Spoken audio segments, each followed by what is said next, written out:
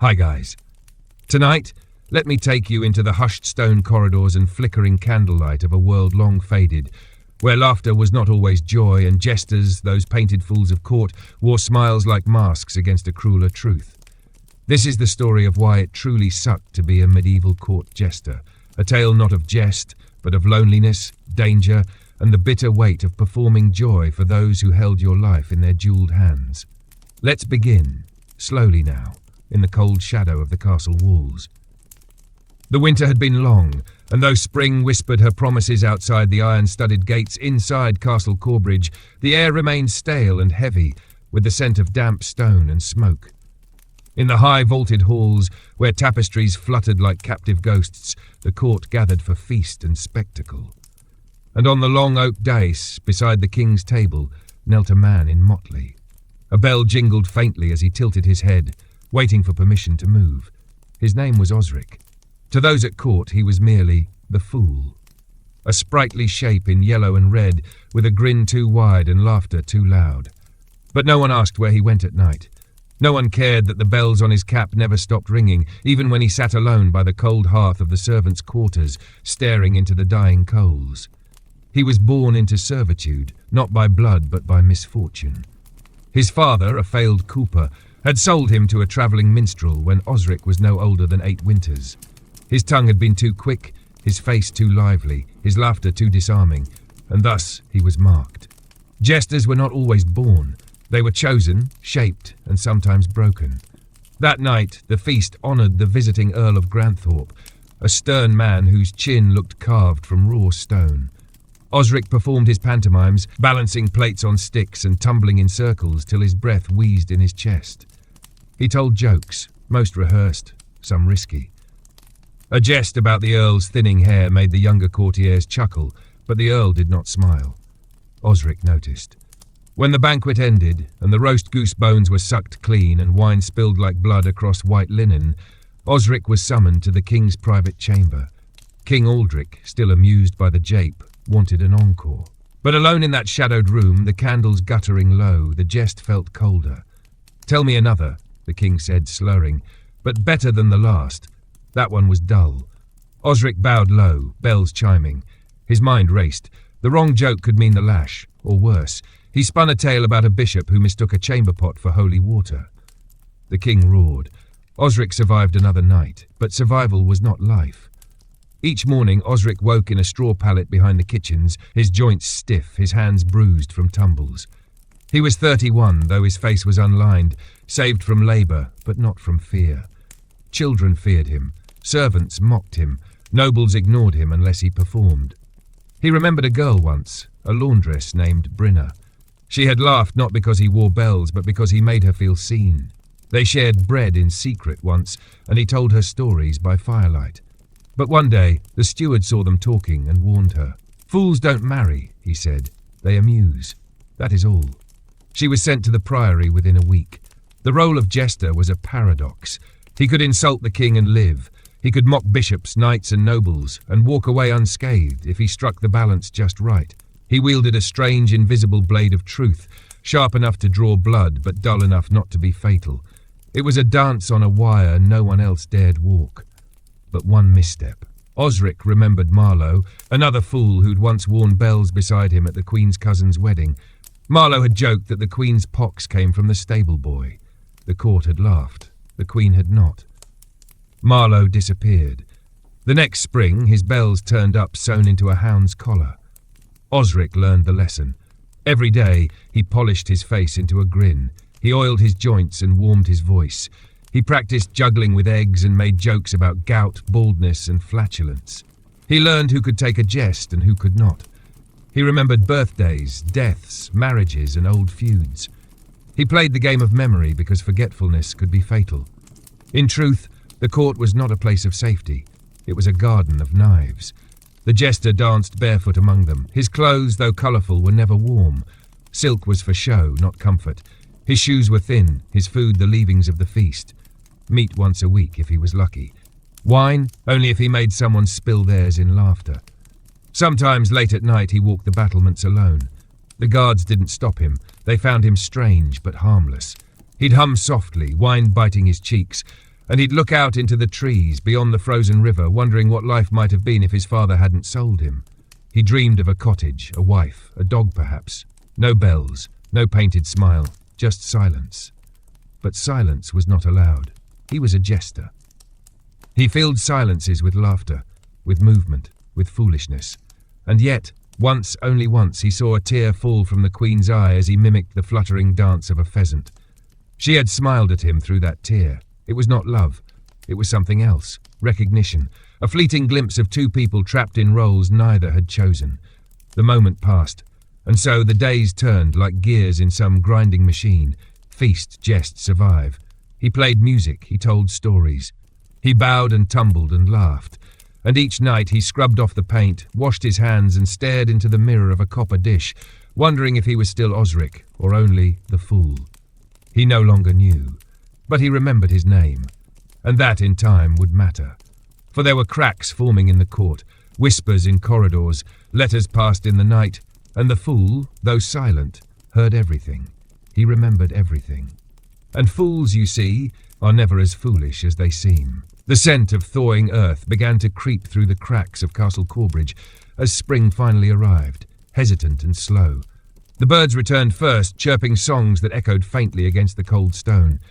But within the castle, time obeyed different seasons.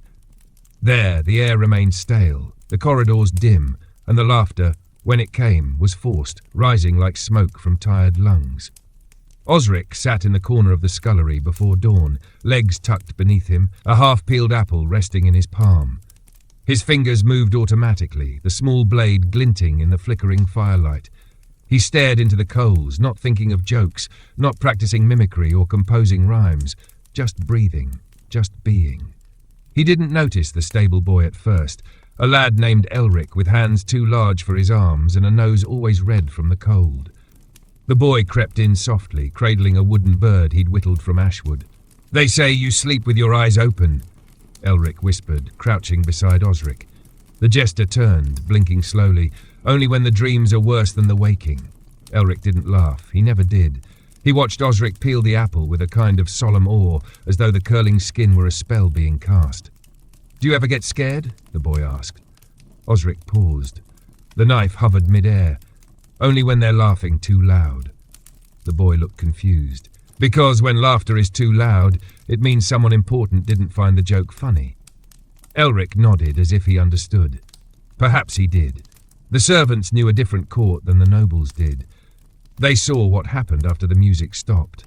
They heard the silence that followed every jest, the click of goblets set down a touch too hard, the look exchanged between lord and lady when a joke touched too close to truth. Osric handed the boy the apple, now peeled into a spiral. "Eat. You'll grow." "And then what?" Elric asked. Osric smiled, but it didn't reach his eyes. "Then they'll put you in armor, hand you a sword, and tell you to fight for a cause you don't understand. Or maybe they'll give you a broom and tell you to clean the blood afterward." He stood, the bells on his ankles chiming softly as he moved. "Enjoy the apple." That morning he was summoned earlier than usual. A visiting bishop had arrived from the Southlands, bloated and red-faced, with rings on every finger and a voice that thundered through the halls like a war horn. His name was Bishop Malwyn, and he hated jesters. "Blasphemers," he spat upon hearing that the fool would perform, mockers of God's order. But King Aldric insisted. The bishop was a guest, the king was the throne. So Osric was led into the great hall, still half lit, with only the eastern windows glowing gold with the rising sun. He wore blue and green today, colours of the spring, and carried a lute slung across his back. He had not played in some time, not in front of men such as Malwyn. As he stepped forward, he bowed low. Too low, perhaps. The bishop sniffed. "Let us hope," he said. "This one knows reverence." Osric straightened and smiled. "Reverence, your grace, is a coin I carry, though often spent on laughter." A few chuckled. The bishop did not. Osric began softly with a ballad. His fingers, though cold, moved easily across the strings. The tune was gentle, the words subtle, a tale of a knight who chased a dragon, only to find it was his own shadow. The court murmured, some listening, some sipping wine despite the early hour, but the bishop's face darkened with each verse. "Enough," he said before Osric reached the final refrain. "I see no piety in this performance. You jest at holy things. You mock valor and humility." Osric stopped playing. The hall was silent. He took a single step forward. "Your Grace," he said, his voice quiet but steady, "I mock not valor, but vanity. Not humility, but hubris. If the dragon is within, do we not owe truth the courtesy of a mirror?" There was a pause. Then, strangely, the Queen laughed. It was a short, sudden sound, like a bell struck in the wind. But it was enough, the bishop glared. The king raised a brow, but said nothing. Osric bowed again and backed away. He had won something, but he did not yet know the cost. That night, he found a parchment slipped beneath his door, unmarked. The script was delicate, written in ink that had begun to fade. "There are eyes in the chapel. Be careful where you bow." He stared at the note for a long time, folded it, burned it. The chapel was the bishop's domain while he stayed in Corbridge. Osric had not set foot inside it in weeks, perhaps months. Fools had no place before the altar. But the next morning he went. At dawn, before the bishop arrived, he crept in alone. The cold air stung his lungs. The tall arched windows threw slanted light across the floor. He stood at the back, silent, watching the coloured glass ripple with the sunrise. There, beneath the fourth window, St. Alwyn the Merciful, he found the crack in the stone. A tiny gap, nearly invisible. He knelt, fingers tracing it, and tucked inside, wrapped in cloth, was a scroll. No seal, no signature. Only words. "The bishop brings more than sermons. His tongue speaks for powers outside these walls. Do not play the fool when the truth is at stake." Osric exhaled slowly, a tremor in his hands. He tucked the scroll into his sleeve. Outside, bells rang. The court was waking, and the jester, it seemed, was walking further from laughter and deeper into something darker. The morning dragged across the stone walls like a reluctant sigh. Sunlight slipped through the narrow windows, but it brought no warmth. In the long corridors of Castle Corbridge, where the banners of forgotten battles still hung heavy with dust, Osric moved with measured quiet. His bells had been muted with cloth wrapped tightly around each ankle and wrist. He wasn't scheduled to perform that day, not publicly, but fools were never truly off stage. He kept to the edges of hallways, behind tapestries, down servant passages that only rats and the desperate remembered. The scroll weighed heavily in his sleeve. Each step felt watched, though he saw no one. The castle was full of eyes, some human, some not. A stone gargoyle by the chapel, a painted boar on a ceiling, a mirrored silver goblet on a lord's table. All watching, all listening. He remembered the handwriting on the scroll, too neat to belong to a stable boy or kitchen hand. Too careful. The kind of hand that had once copied scripture or penned royal decrees. Whoever had left it knew the chapel, knew the bishop, and knew that Osric, though a fool in title, was capable of reading between the lines. He returned to his corner behind the scullery, away from firelight, and unfolded the note again. The ink had begun to smudge, but the warning remained. Do not play the fool when the truth is at stake. That evening, during supper, the bishop addressed the court.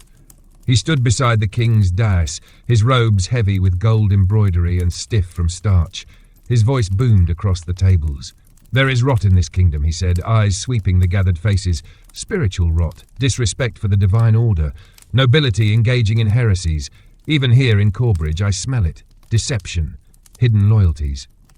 The courtiers shifted. A goblet clinked. Someone coughed. King Aldrich said nothing. He leaned back in his seat, fingers drumming the arm of his chair. He watched the bishop with a face carved from still water. Osric stood near the minstrel's alcove, pretending to tune a lute. His eyes darted from the bishop to the queen, then to the young lords at the end of the hall, especially Lord Hendrik, a cousin of the king, who had spent the last few weeks in whispered arguments with the steward. Osric had seen the steward slip Hendrik a letter 3 nights prior, a letter sealed in dark red wax. The bishop continued, "I will be conducting confessions. Voluntary, of course, but those who do not appear shall be remembered." The threat hung in the air like a blade. Osric strummed a soft, off-key note. That night he was summoned again, not by the king but by the steward, a quiet man named Rolf, who rarely smiled and never joked. "The Queen requests your presence," he said, not looking Osric in the eye.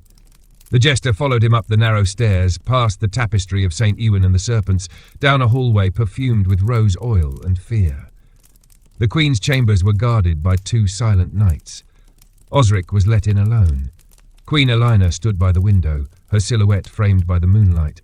She wore no crown, only a thin robe of pale green, her dark hair braided in a loose rope down her back. "You made the bishop angry," she said softly. "I make many men angry. It's my only talent." She turned, her face unreadable. He watches everything, he suspects everyone, and he is not alone. Osric bowed slightly. "Then I must bow more carefully." She stepped closer. "You saw the scroll." "I did. There are others, hidden. Not all are safe to read. Some lie, some test." Osric tilted his head. "Test?" Her voice dropped. "They leave false clues, to see who finds them, to see who moves them. The bishop has eyes among the scribes." He understood now. The scroll was bait, or it could be. It could also be genuine. That was the trick of court life. Every truth wore two faces. "You trust me?" he asked, genuinely curious. She studied him. "No, but I trust your nature. A fool sees much and speaks little." He waited, sensing more. "There is something buried beneath the chapel," she whispered. "Something the bishop is searching for. Something old. You may hear talk of relics, of purification, but it's power he wants. And if he finds it—" She trailed off. Osric folded his arms beneath his sleeves. "What am I to do? I have bells and riddles. I juggle eggs, not daggers." She smiled faintly. "Then juggle the truth, distract, delay, watch, and when you see something others miss, speak to me." She handed him a coin, small and coppery, etched with a hawk in flight. "Show this to the boy at the North Tower. He'll let you pass." He tucked the coin away. When he returned to his quarters, he found a new note beneath his cot. This one was scrawled hastily, ink blotched. "The bishop knows your face. He will move against you by week's end. Keep to the kitchens. Trust no prayers." He burned that note too. Sleep eluded him. He listened to the mice in the walls, to the wind rattling the shutters, to the distant creak of armour in the hallway. He curled beneath his thin blanket, cap pulled low, the Queen's coin gripped tightly in his hand. In the dream that finally came, he stood on a stage before a silent court. No one laughed, no one clapped, they only watched. And from the shadows behind the throne, something moved, cloaked in gold and shadow, whispering prayers in a tongue no man should speak. Osric woke before the end, and the bells, though rapped, rang faintly in the dark. The kitchens smelled of onions and damp bread, the thick aroma of boiled roots and ash clinging to every surface. Down here, where the light barely reached and the air held no music, the jester found his refuge. He wasn't expected in the kitchens, not formally, but fools had a way of drifting through spaces uninvited, like smoke, like secrets. Osric sat cross-legged on the edge of the fire pit, sleeves rolled to his elbows, stirring a pot that did not belong to him. The cook, a toothless woman named Filda, barely looked at him anymore. He helped now and then, chopped leeks with frightening efficiency, and never asked for more than the scraps. In his quiet moments here, he watched. Not the food, the people. Today they whispered more than usual. Heard the bishop caught one of the scribes. Locked in the tower now, they say. Poor lad. They say he spoke Latin backwards, said the stars were wrong. Madness or devilry. Osric said nothing. He stirred the pot slowly, scraping the bottom in long, lazy circles. When no one looked, he slipped the Queen's hawk coin from his sleeve and turned it in his palm. The copper had begun to darken. He rose without a word, wiped his hands and drifted toward the back stairwell. It spiraled upward in tightening curves, stone worn smooth from generations of footsteps. He moved with the silence of habit, passing storerooms and shuttered alcoves until he reached the North Tower. A young page sat on a stool outside, legs too long for his body, chewing a stick of dried rosemary. Osric showed the coin. The boy's eyes widened and he stood, knocking over the stool. He said nothing, only opened the door. Osric stepped through and began to climb. The tower was older than the rest of the keep.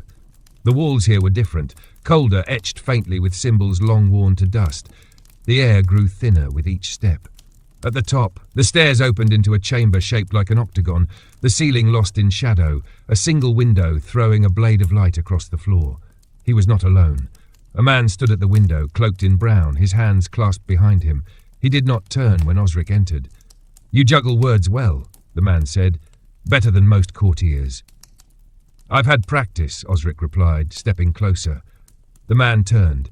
He was older, face lined like worn parchment, eyes dark and deeply set. He wore no badge, no sigil, but he felt like someone important. The Queen trusts you, the man said, or she uses you, perhaps both. I'm used to both. A faint smile flickered at the corner of the man's mouth. He gestured to the table near the window. A map was spread across it, old, faded, drawn on leather. Osric leaned over it, frowning. This isn't Corbridge.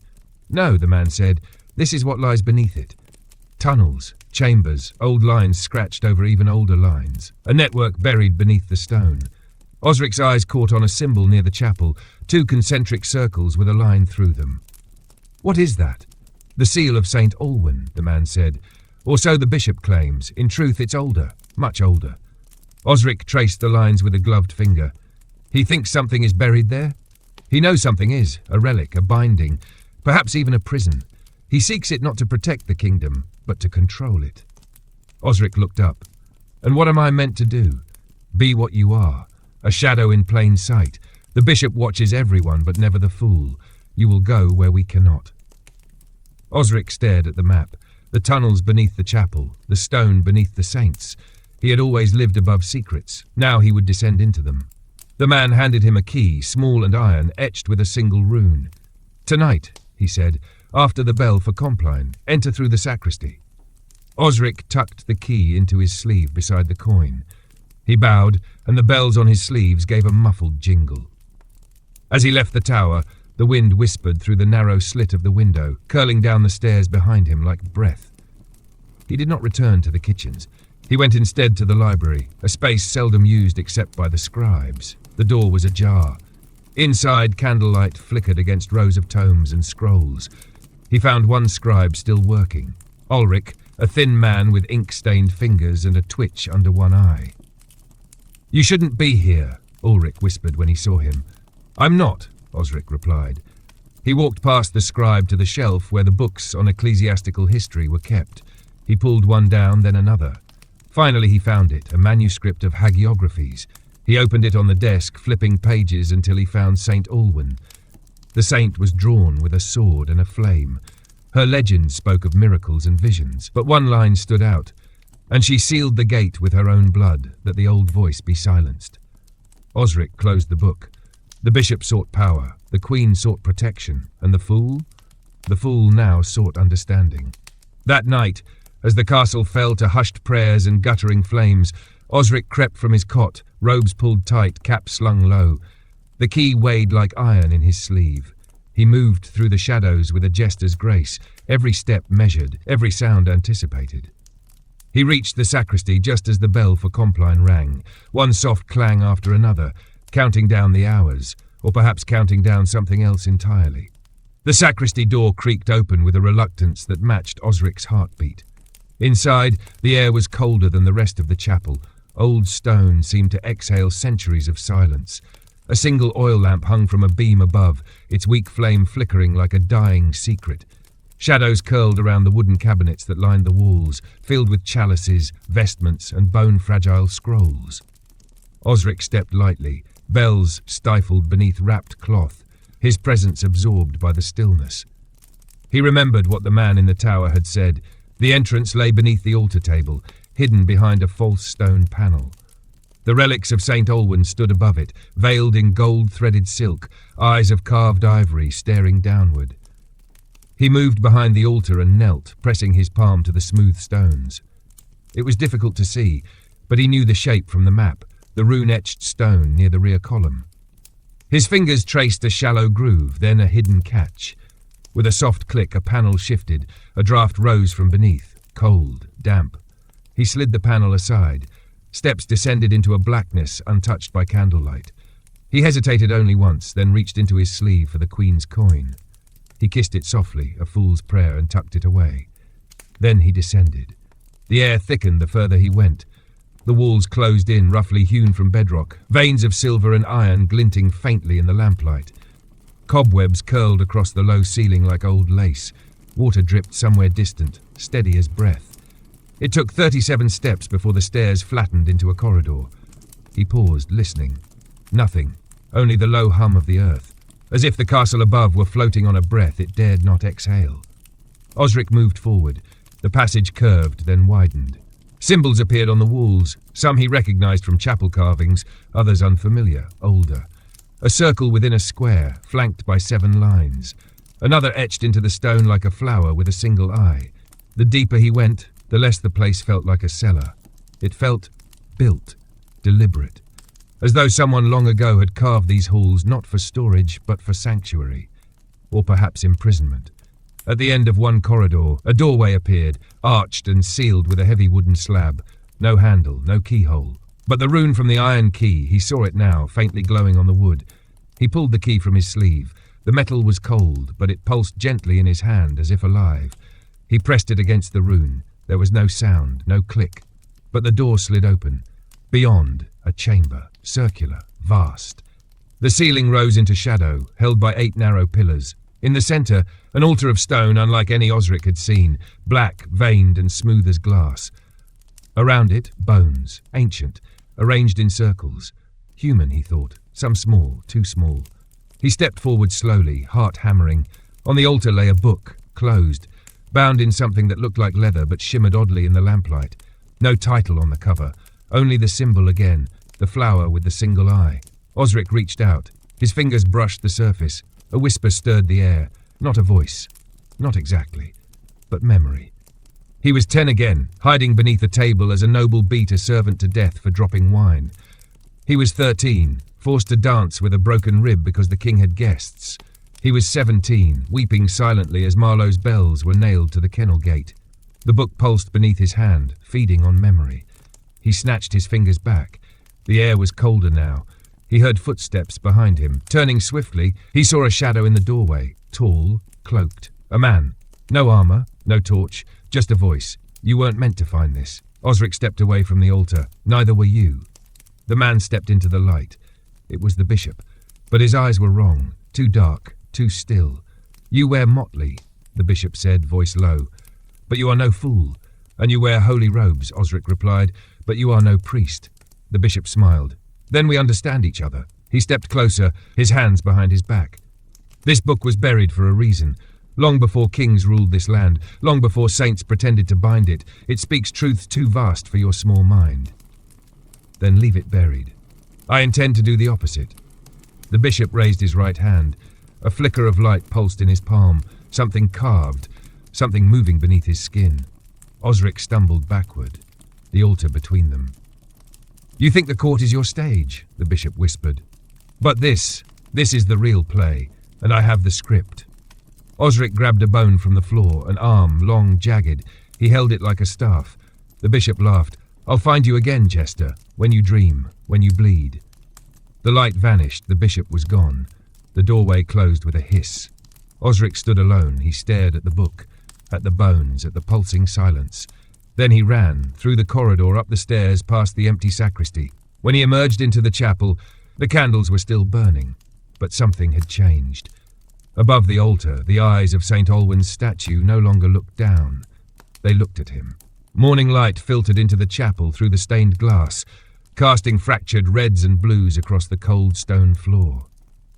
It was gentle, almost sacred in its quietude, but Osric felt no peace beneath it. He stood just behind the altar, hands trembling beneath his sleeves as if the echo of the night had lingered in his bones. The statue of St. Olwen loomed above him, her carved gaze still tilted forward in a way it had not before. He dared not look at her again. Instead, he turned slowly and stepped down from the altar's shadow, careful to disturb nothing. The sacristy door had been closed and locked when he returned, as if the night's intrusion had never happened. But he remembered the key. He remembered the book, and he remembered the bishop's voice, a voice too smooth, too deep, speaking of plays and scripts and ancient truths. Back in the servants' wing, the castle stirred awake with its usual rhythm. Chambermaids shuffling water buckets, guards stamping their boots against the cold, and the dry cough of the steward echoing down the hallways. All seemed normal, but the illusion thinned the moment Osric met a pair of eyes too alert for morning. They belonged to Sir Roderick, one of the king's quieter knights. He was speaking to a maid, but when Osric passed, the knight stopped mid-sentence and watched him until he turned the corner. The jester said nothing. He moved with deliberate slowness, bells muffled still, his steps soft over rushes and stone. He did not go to breakfast in the great hall. He did not pause at the hearth or jest for the kitchen girls. Instead, he made his way to the upper halls where the Queen kept her solar. 2 guards stood at the door. Neither smiled. Osric said only, "She sent me." They opened the door. Inside, Queen Elina sat by a brazier, pale hands held close to the flame. She looked tired, older in the morning light. Her green robe was heavy with embroidery, a falcon stitched across the sleeves. "You went," she said without looking up. "I did. And? There's a book, a presence. The bishop found me, or something, wearing his face." Her lips tightened. "He's been to the chapel every day since he arrived, even before sunrise. He claims it is for prayer." "It isn't." Osric stepped closer. "He wants the book. He wants what's buried with it." She nodded slowly. "I feared as much." He studied her for a moment, this queen wrapped in silk and silence. "Why me? Why not a knight, a spy?" She looked up then, eyes lined but sharp. "Because a knight would challenge him, a spy would disappear, but you go unseen even when you dance through fire. You're allowed everywhere, and no one ever listens to what a fool says." He said nothing for a long moment. Then the altar statue moved, just a little, its eyes. The Queen's fingers curled against the brazier's heat. Saint Olwen was not always a saint. She was a gatekeeper, and some say she did not close the gate out of mercy, but fear. Osric swallowed. "What's behind the gate?" She stood, walking to a high cabinet carved with vines and beasts. From it she withdrew a small box, plain wood, bound with a strip of cloth. She set it on the table between them and opened it. Inside lay a ring, black stone set into silver, etched with a crescent over water. This was hers, or so legend says. When worn, it is said to see what others cannot, but it must be used sparingly. It takes something with every glimpse. Osric stared at it. "Take it," she said. He hesitated, then reached out and lifted it from the velvet. The metal was strangely warm. "Use it when you return, but not before, and not more than once." "I'm not returning," he said. "Not yet." She tilted her head. "Then where?" "To the scribe's tower. I need to find the one they took." He slipped the ring into his sleeve. That afternoon, while the court feasted, Osric crept through the servant passages toward the eastern tower. It was locked, but fools knew locks, especially old ones. The door yielded to a hairpin and a prayer.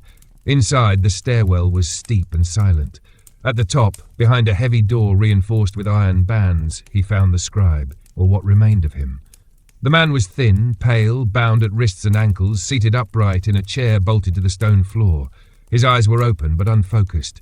A bowl of untouched gruel sat at his feet, the room smamp and oil. Osric stepped closer. The scribe flinched, breath-catching. "Don't," he whispered hoarsely. "He hears, even now." "I'm not him," Osric said gently. "I'm a jester. My name is Osric." The scribe stared at him, searching. "You've seen the book?" "Yes." "You didn't read it?" "No." "Good. If you do, it knows you." The jester crouched beside him. "What is it?" The scribe trembled. "It's older than the chapel, older than saints. It was bound with vows and silence. But the bishop, he speaks the old names. He's not alone." "Others?"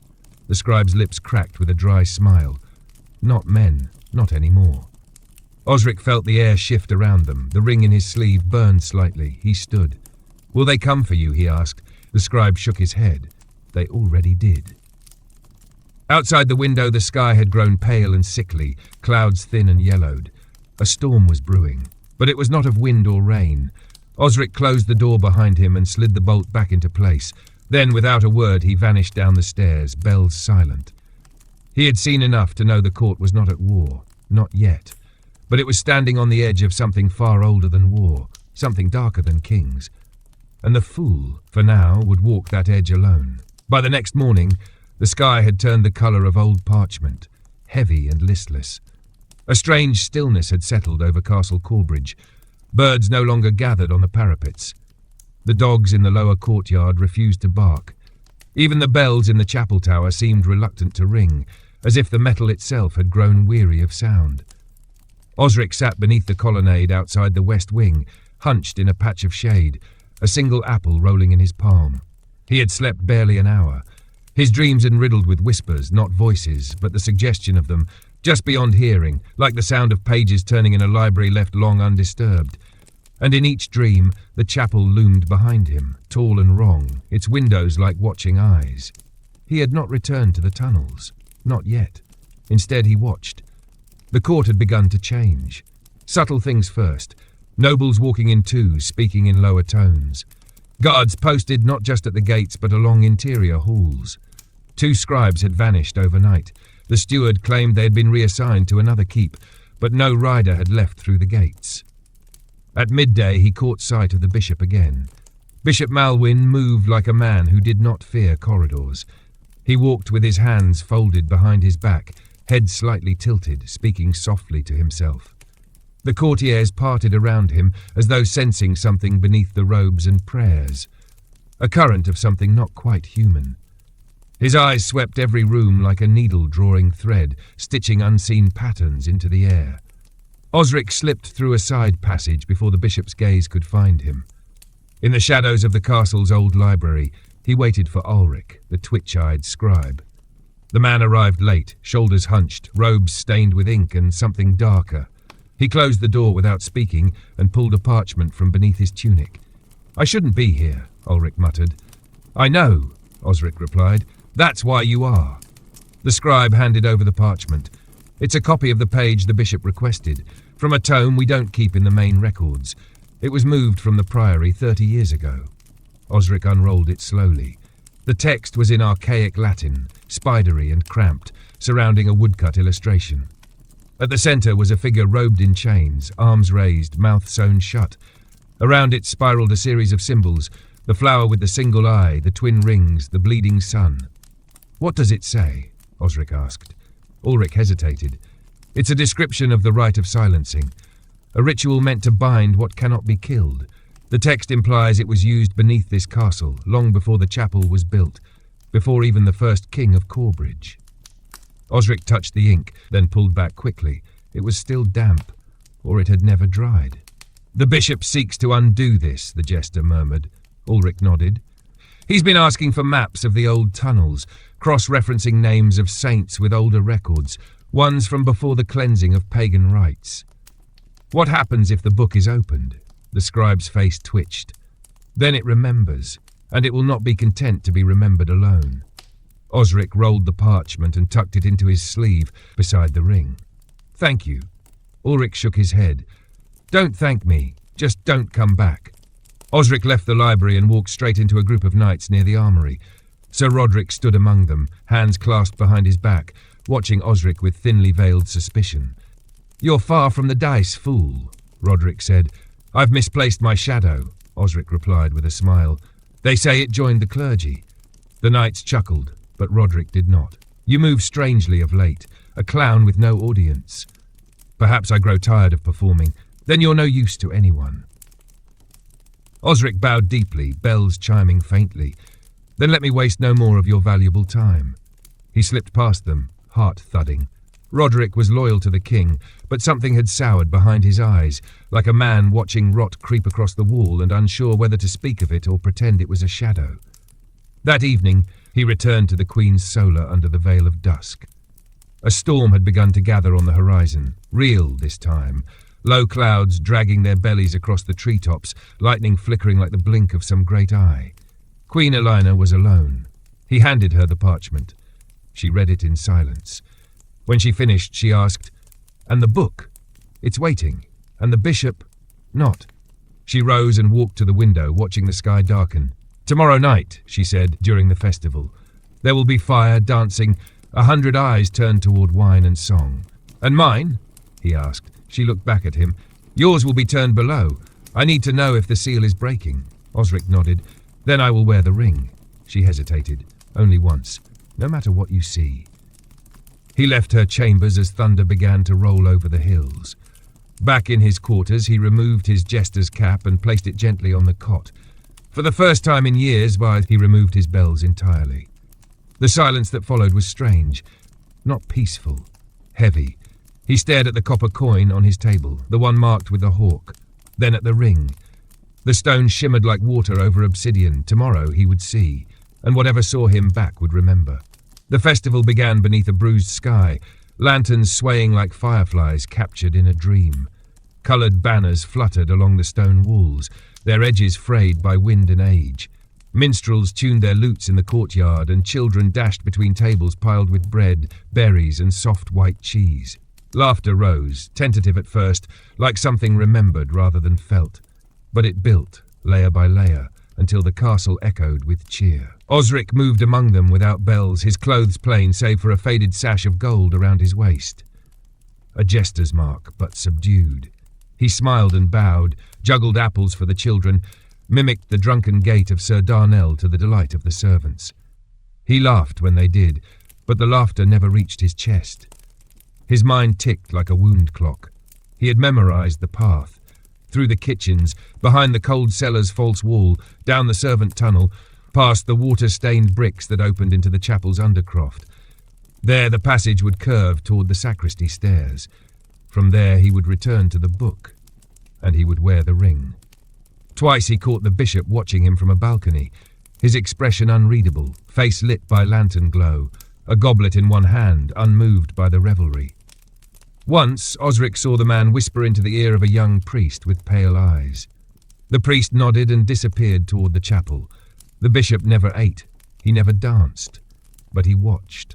At the peak of the festival, just as the fire dancers began their slow ritual around the central pyre, Osric slipped away. No one stopped him. The corridor behind the kitchens was empty, the stones cool against his fingertips. He moved quickly, silent, hands curled into fists around the coin and the ring. When he reached the sacristy stairs, thunder cracked once, loud enough to make him freeze mid-step.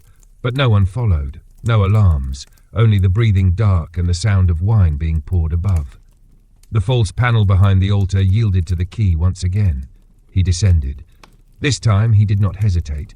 He followed the spiral of the stone, past the bones, past the carved symbols, toward the circular chamber where the book waited. It had not moved. Still resting upon the black altar, veins of silver and ash etched across its surface.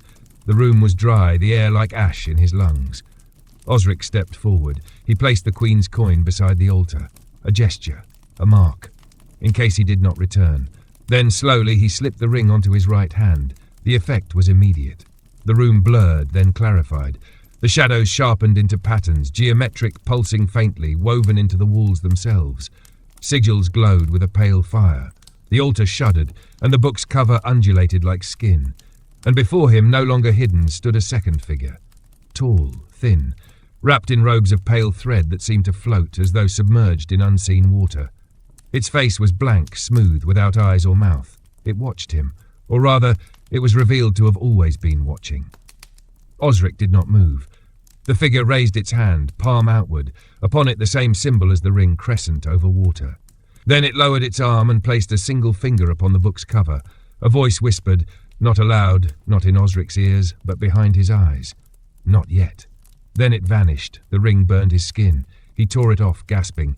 The altar was silent again, but the book had moved, just slightly. It had turned to face him. Osric backed away, heart thundering. He turned and ran. Up the stairs, past the crypt, past the silent symbols. The queen was waiting for him near the rear cloister. She wore a cloak of dark velvet, face hidden in shadow. She said nothing at first, only studied his expression as if reading a page. "What did you see?" she asked at last. "A guardian," he whispered, "or a warning." She stepped closer. "Did you touch the book?" "No." "Did it speak?" "Yes," her lips pressed together. "Then the seal is weakening." Osric nodded, breath still ragged. "It knows it's being watched." Lightning split the sky above the tower. The wind picked up, scattering flower petals across the stone. From the chapel, the bells began to toll, off rhythm, as though struck by uncertain hands. 3, then 4, then silence. In the distance, screams rose from the courtyard. Just one, then another. Osric turned toward the sound. "Stay," the queen commanded, voice sharp. But he was already moving. He reached the courtyard as the storm broke overhead. Rain poured in sheets, snuffing lanterns, turning flags to dripping rags. At the edge of the fire pit, a body lay sprawled. A young priest, the same pale-eyed boy Osric had seen beside the bishop. His mouth was open, lips dark. His hands clawed at his throat, though no wound was visible. His eyes were wide, staring upward. Osric knelt beside him. He was not dead, not yet, but he did not blink. He only whispered again and again, words not in any tongue Osric had ever known. Then at last, silence. Osric stood. Across the courtyard, the bishop was watching. His robes were dry, though the rain fell in torrents. The festival began beneath a bruised sky. lanterns swaying like fireflies captured in a dream. Coloured banners fluttered along the stone walls, their edges frayed by wind and age. Minstrels tuned their lutes in the courtyard, and children dashed between tables piled with bread, berries, and soft white cheese. Laughter rose, tentative at first, like something remembered rather than felt. But it built, layer by layer, until the castle echoed with cheer.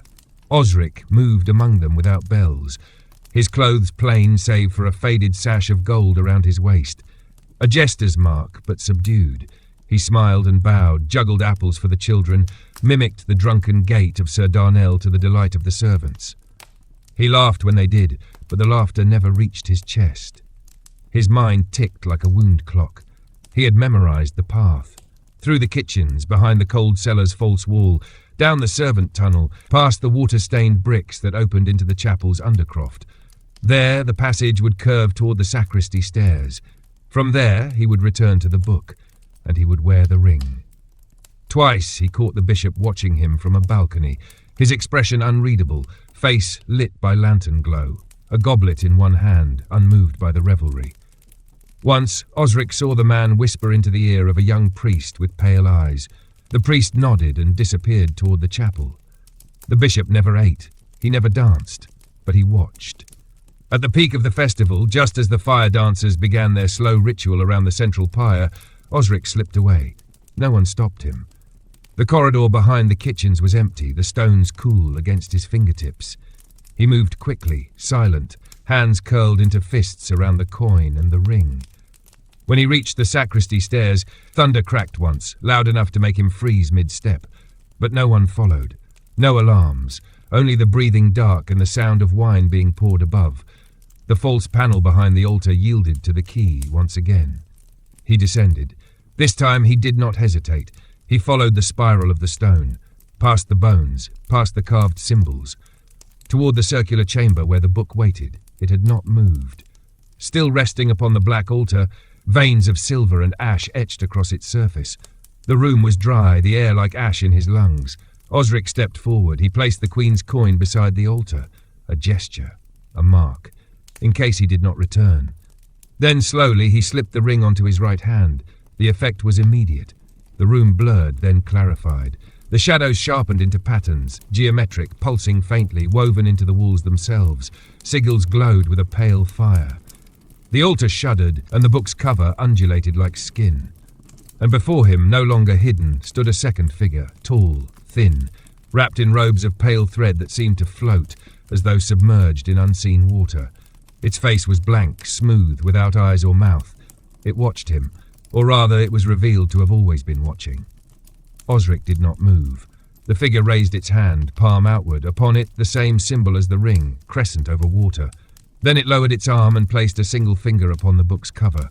A voice whispered, not aloud, not in Osric's ears, but behind his eyes. Not yet. Then it vanished. The ring burned his skin. He tore it off, gasping. The altar was silent again, but the book had moved, just slightly. It had turned to face him. Osric backed away, heart thundering. He turned and ran, up the stairs, past the crypt, past the silent symbols. The queen was waiting for him near the rear cloister. She wore a cloak of dark velvet, face hidden in shadow. She said nothing at first, only studied his expression as if reading a page. "What did you see?" she asked at last. "A guardian," he whispered, "or a warning." She stepped closer. "Did you touch the book?" "No." "Did it speak?" "Yes." Her lips pressed together. "Then the seal is weakening." Osric nodded, breath still ragged. "It knows it's being watched." Lightning split the sky above the tower. The wind picked up, scattering flower petals across the stone. From the chapel the bells began to toll, off rhythm as though struck by uncertain hands. 3, then 4, then silence. In the distance, screams rose from the courtyard, just one, then another. Osric turned toward the sound. "Stay," the queen commanded, voice sharp. But he was already moving. He reached the courtyard as the storm broke overhead. Rain poured in sheets, snuffing lanterns, turning flags to dripping rags. At the edge of the fire pit, a body lay sprawled. A young priest. The same pale-eyed boy Osric had seen beside the bishop.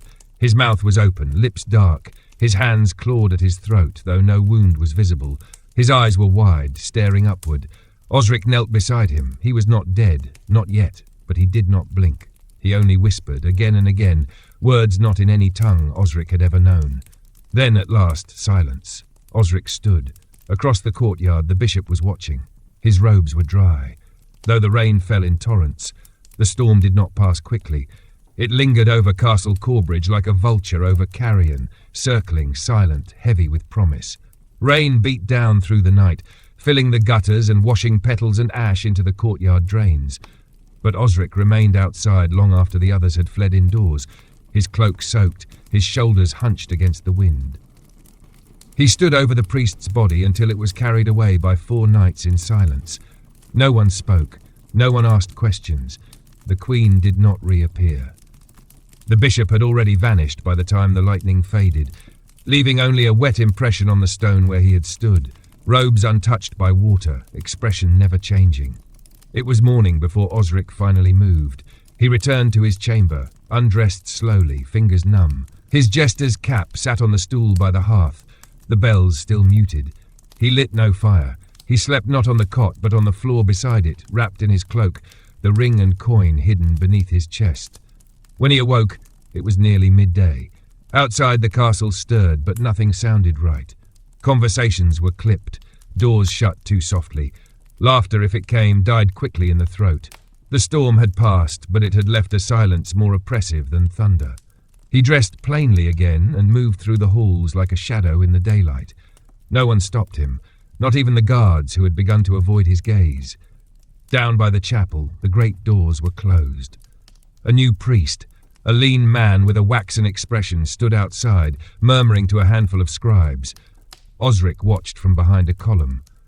When one of the scribes mentioned the name of the dead priest, the waxen-faced man flinched just once and crossed himself too quickly. Osric turned away. He descended toward the kitchens, past the scullery where the fire always smouldered. Filda, the cook, was gone. In her place stood Elric, the boy with the wooden bird. His hands were dusted with flour, and he moved with awkward care as he shaped dough into uneven circles. "You're not meant to be here," the boy said, not looking up. "I rarely am," Osric replied. Elric placed the dough on the stone counter and finally met his gaze. "They're asking questions about who speaks to the Queen, about who's seen the tunnels." Osric nodded. "Then they know. They suspect." Osric reached into his sleeve and pulled free a folded square of cloth. Inside it, the copper coin with the hawk. He placed it beside the dough. "If you're asked anything, say nothing. But if you ever see this coin again, take it to the Queen's chamber." Elric nodded, eyes wide but unafraid. "And if I don't see it again, then bury it," Osric said softly, "and forget my name." He left without another word. By the time dusk began to creep along the stonework, Osric had returned to the Queen's solar. She was seated beneath the high window, her sleeves rolled up, a page of ink-stained vellum before her. She looked tired, not weary, tired in the way that only comes when one stops pretending to hope. "I saw it," he said, closing the door behind him. The boy died with words in his mouth no man should speak. She looked up, the candlelight carving shadows beneath her eyes. "The bishop?" He watched it happen. No shock, no sorrow. She exhaled through her nose. "Then he's further along than we feared." Osric crossed to the hearth, holding out his hands to the low flames. The figure in the chamber, the one revealed by the ring, it wasn't the bishop. No, but it was connected to the book. She nodded slowly. "I think it's a guardian," he said, choosing the word carefully. "It didn't attack, it didn't beckon. It only stood between me and the book. And yet the bishop seeks to pass it." Osric turned. "What happens if he succeeds?" The Queen looked toward the fire, as if weighing the shape of the answer in the glow. "Then the play ends," she whispered, "and what takes the stage will no longer wear a mask." Osric was silent. Then, "You knew this might come." She didn't deny it. "There are books," she said, "in the deep libraries, not sermons, not myths, records of voices that spoke before kings wore crowns, of entities that drift like thought between stone and breath. Some were buried, some were bound, all were forgotten." "And the bishop?" Osric asked. "He remembers." The Queen rose and walked to a chest near the far wall. She opened it, revealing a bundle wrapped in wool. "I thought I might give you a sword," she said with a tired smile, "but you wouldn't use it. So instead, she handed him a flask, iron, plain, sealed with red wax." "What is it?" he asked. "Salt water." from the western shore, blessed before the altar of the old tongue.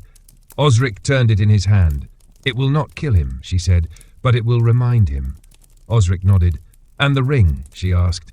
He reached into his pouch and placed it on the table between them. "It saw too much," he said, "and it cost." The queen touched the ring gently, then pulled a cloth over it. "Tomorrow," she said, "the bishop will call for the king to declare a holy purge. He'll claim heresy walks among the scribes, that the relic must be unveiled." Osric looked at her. "And what will the king say?" She didn't answer. Instead, she said, "If he moves toward the altar, you must be ready." Osric touched the flask. "I'll be there." That night he did not return to his chambers. He slept beneath the chapel stairs, wrapped in his old motley, eyes closed, hands on his knees. And somewhere below, in the stone depths of Corbridge, the book began to whisper. Not words, but hunger. At dawn the bells rang, not in celebration or mourning, but with a sharpness that cut the air like a blade. Each toll echoed across the courtyard, into the barracks, through the narrow corridors of Castle Corbridge, until even the servants paused with pale faces, their hands stiff around broom handles and bread knives. The castle had grown too quiet, the kind of silence that invited listening, and beneath that listening, something stirred. Osric stood alone in the nave of the chapel, beneath the stained glass saints, their painted eyes lit from behind by the soft light of morning. He wore his full motley again, bells unbound, sleeves loose and bright. It had been months since he'd worn the garb without disguise. His reflection shimmered faintly in the polished surface of the altar, but he did not approach it. Not yet. Today the bishop would call for the king. Today the king would be asked to act. And Osric, as ever, would be watching from a space where no one looked directly. His power was not in strength or title, but in being overlooked, assumed foolish, assumed harmless. A shadow stitched into the corner of every tapestry. The queen had not slept. She had remained in her solar until the bell tolled, surrounded by scrolls and a single candle, which had burned down to a puddle of wax. Before parting, she had pressed a single word into Osric's palm, written on a scrap of old cloth, the kind used to wrap holy relics. Hold. He understood. When the court gathered in the great hall, it was as if a long-delayed storm had finally broken. The king sat on his throne, his back ramrod straight, his crown dull in the thin morning light. He did not smile, he did not blink. To his left stood the queen, dressed in deep blue, her gaze locked forward like an arrow not yet loosed, and to the king's right, in his finest robes of crimson and black, stood Bishop Malwyn. He spoke without raising his voice, yet the words filled the hall. "My lord," he said, "a poison grows beneath your roof. There are whispers in the scriptorium, heresies among the learned. I have uncovered old maps, falsified saints, and rites that do not belong to the light." He turned, slowly, to face the gathered court. "I do not name these sins without proof. I do not seek purgation without cause. But I ask, nay, I beg, permission to consecrate this place anew, to unearth what lies beneath the chapel, to reveal what secrets rot the bones of Corbridge." A murmur rose. A few hands moved toward pendants. One young knight crossed himself hastily. The king looked not at the bishop, but at the queen. She said nothing. And that, perhaps, was her answer. Osric stood to the side, 1 foot half on the dais steps, his cap tilted slightly forward. When the king finally spoke, it was like hearing a well opened after years of drought. "If this rot exists," he said, "then let it be seen." The bishop bowed deeply. Osric felt his heart lurch, not because of the permission, but because, for the briefest moment, the bishop's shadow did not follow his body. It lagged behind, half a breath too slow. The procession moved to the chapel at midday. The bishop led them, flanked by 2 priests with cowls pulled low over their faces. Behind him came the king and queen, their attendants, a handful of knights, and the court's most favoured scribes. Osric followed near the rear, silent, unnoticed, the flask of salt water tied beneath his sash. The chapel had been cleared, no candles burned, no incense drifted. Only the echo of boots on stone filled the air. At the bishop's command, the altar was moved. It took 4 men, grunting and straining, but they shifted it far enough to reveal the stone panel beneath. The false slab, the hidden entrance. The bishop looked to the king. The king gave no sign, only a slight incline of the head. With a nod, the bishop stepped forward. He knelt and pressed his palm to the rune-marked stone, and it opened, a hiss of air, damp and old, a stairwell descending into shadow. He turned to the court. This is what was hidden, not by heretics, but by those too weak to face what they feared. But we are not weak, we are light. The Queen did not flinch. Osric felt the coin in his sleeve shift, cold and heavy. The bishop descended first, the king followed, then the Queen, and then, one by one, the court spilled after them, nobles and scribes, knights and priests, descending into the dark as if into a story they had only half believed. Osric waited until the last had passed. Then he followed, alone. The steps narrowed as they dropped. The air thickened. Torches were lit, their smoke curling into patterns too intricate for mere wind. The walls groaned. When they reached the chamber, the silence was so complete it felt physical. The black altar stood unchanged. The book still rested atop it, its cover rippling faintly as if breathing. The bishop approached it, but he did not reach for it. Instead, he raised both arms. "This," he intoned, "is the source of silence, the seal, the cage. We have been told it binds darkness, but what if it binds the truth?" He turned slowly to the crowd. What if the voices beneath are not demons but gods wrongly cast as enemies? What if the chains we revere are the true blasphemy? A murmur, then a cry. One of the scribes had dropped to his knees, shaking. The Queen stepped forward. "You would have us worship what should never have been seen." The bishop's face twisted. "You fear it because you hear it. You've heard it all your life. The dreams, the shadows, the voices between rain." Osric moved quietly along the edge of the chamber. The ring in his pouch throbbed like a wound. Then the bishop stepped toward the altar, one hand outstretched. Osric's voice rang out, not loud but clear. "Hold." Every head turned. The bishop froze. The Queen's eyes widened. Osric stepped forward, the flask in his hand. "This seal is not fear," he said. "It is mercy." He uncorked the flask. The bishop recoiled as if from fire. "You do not know what mercy is," he spat. "I know what it is to kneel before something too large to understand." Osric raised the flask and threw it. The salt water struck the book. A sound tore through the chamber, not a scream, but a sigh. Deep, endless. The torches flickered, the stone pulsed. The bishop fell to one knee, clutching his chest. The book shuddered, but it did not open. Not yet. The Queen stepped beside Osric. The king, silent, watched them both. The bishop looked up, his face pale. "This is not over," he whispered, and from deep beneath the stone something laughed. They returned to the upper chapel in silence. No one spoke, not even the bishop. The priests flanked him as he walked, not touching him, but close enough to catch a fall. His gait was slow, uneven. The salt had marked him somehow, though not with blood. His skin had grown pale as candle wax, and a faint tremor haunted his left hand, like a string pulled too tight behind the curtain of flesh. The king walked with dignity, but with the hollow stare of a man who had heard more than he should. The Queen kept to his side, eyes fixed forward, mouth thin as thread. Behind them trailed the courtiers, whispering in low tones, and the scribes, some shaking, some silent, one openly weeping. Only Osric remained still. He had lingered at the edge of the stairwell, last to climb. He turned once, before leaving the black altar behind. The book had quieted. The pulsing ceased. But something unseen had remained behind in the dark, coiled, listening. Above, the light returned in slanted shafts, dust swirling through the air like old ash. As the chapel doors closed behind them, the bishop turned. "The fool has committed sacrilege," he said, voice strained. "An unholy act against a divine relic." Osric bowed. "If I am fool, then let my sin remain foolish. Let it bring no ruin." The bishop's face twisted. "You struck holy ground with salt. You brought poison where there should be prayer." "Prayer?" Osric asked, softly. "Or prophecy?" The bishop's mouth opened, but the king raised a hand. "Enough." All voices ceased. The king stepped down from the altar and turned to face them all. "What lies beneath this chapel," he said, "was not built by hands I recognize, and I know this kingdom's every stone. I watched the book move. I heard something breathe where there is no life. And I heard you, Bishop Malwyn, speak of truth as if it were a blade to be drawn." The bishop did not flinch. The king continued, "You will remain in Corbridge under guard. You will speak to no one. You will write nothing."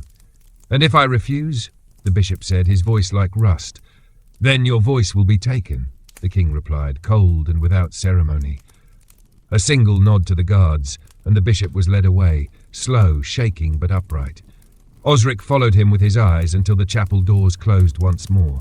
Only then did he breathe. That night the Queen summoned him to the solar. The storm had returned, softer now, rain ticking against the windows like a lullaby for a sleepless child.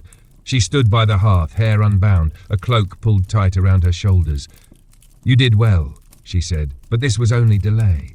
Osric nodded. The book did not open. It was never meant to open quickly. She said, "Its time is measured in patience, in cracks, in dreams." He walked to the window, watching the rain trail down the glass. He spoke of gods, he said, wronged, bound, lied about. The Queen's voice was quiet. "Yes, that's the danger." "You believe him?" "I believe he believes it." She joined him at the window. "There were once 13 shrines beneath Corbridge," she said. "Before the church, before the kings, they were sealed one by one, not all by saints, some by blood, one by sacrifice." Osric turned. "Alwyn." The Queen met his gaze. She was not canonized until decades after her death. She was a shield, not a martyr. She bound what the priests could not. Osric thought of the statue, the shift in its gaze, the words etched in the old text. She sealed the gate with her own blood. "Why leave the book?" he asked. "Why not destroy it? It cannot be burned, nor drowned, nor broken. It is not a book in the way we understand." Osric nodded slowly. "The bishop will try again," he said. "Not alone," the Queen replied. "He's not the only one who remembers." She walked to her desk and drew out a parchment. On it, a map, old, frayed, but familiar. The tunnels beneath the castle, the altar chamber, and beyond it, another chamber, hidden deeper still. "We think there's a second relic," she said, "a mirror." Osric raised an eyebrow. "It doesn't show faces," she said. "It shows truth, or madness." "And you want me to find it?" She nodded. "We don't know how long we have. The bishop's followers are in the castle, hidden. One of the scribes disappeared this morning. Another was found speaking in a dead tongue." Osric took the map. "I'll go tonight." The Queen touched his arm. "Do not look directly into it. Whatever it shows, look only at the edges." He left the solar with the map hidden beneath his cloak. Outside, the rain thickened. Thunder rumbled behind the hills like slow applause. Osric returned to the chapel in silence. The altar had been moved back. The slab sealed once more. He pressed his hand to the stone. The rune pulsed faintly. Then, slowly, the panel slid open. He descended for the third time, this time alone, this time into the deep. They returned to the upper chapel in silence. No one spoke, not even the bishop. The priests flanked him as he walked, not touching him, but close enough to catch a fall. His gait was slow, uneven. The salt had marked him somehow, though not with blood. His skin had grown pale as candle wax, and a faint tremor haunted his left hand, like a string pulled too tight behind the curtain of flesh. The king walked with dignity, but with the hollow stare of a man who had heard more than he should. The Queen kept to his side, eyes fixed forward, mouth thin as thread. Behind them trailed the courtiers, whispering in low tones, and the scribes, some shaking, some silent, one openly weeping. Only Osric remained still. He had lingered at the edge of the stairwell, last to climb. He turned once, before leaving the black altar behind. The book had quieted, the pulsing ceased. But something unseen had remained behind in the dark, coiled, listening. Above, the light returned in slanted shafts, dust swirling through the air like old ash. As the chapel doors closed behind them, the bishop turned. "The fool has committed sacrilege," he said, voice strained, "an unholy act against a divine relic." Osric bowed. "If I am fool, then let my sin remain foolish. Let it bring no ruin." The bishop's face twisted. "You struck holy ground with salt. You brought poison where there should be prayer." "Prayer?" Osric asked softly. "Or prophecy?" The bishop's mouth opened, but the king raised a hand. "Enough."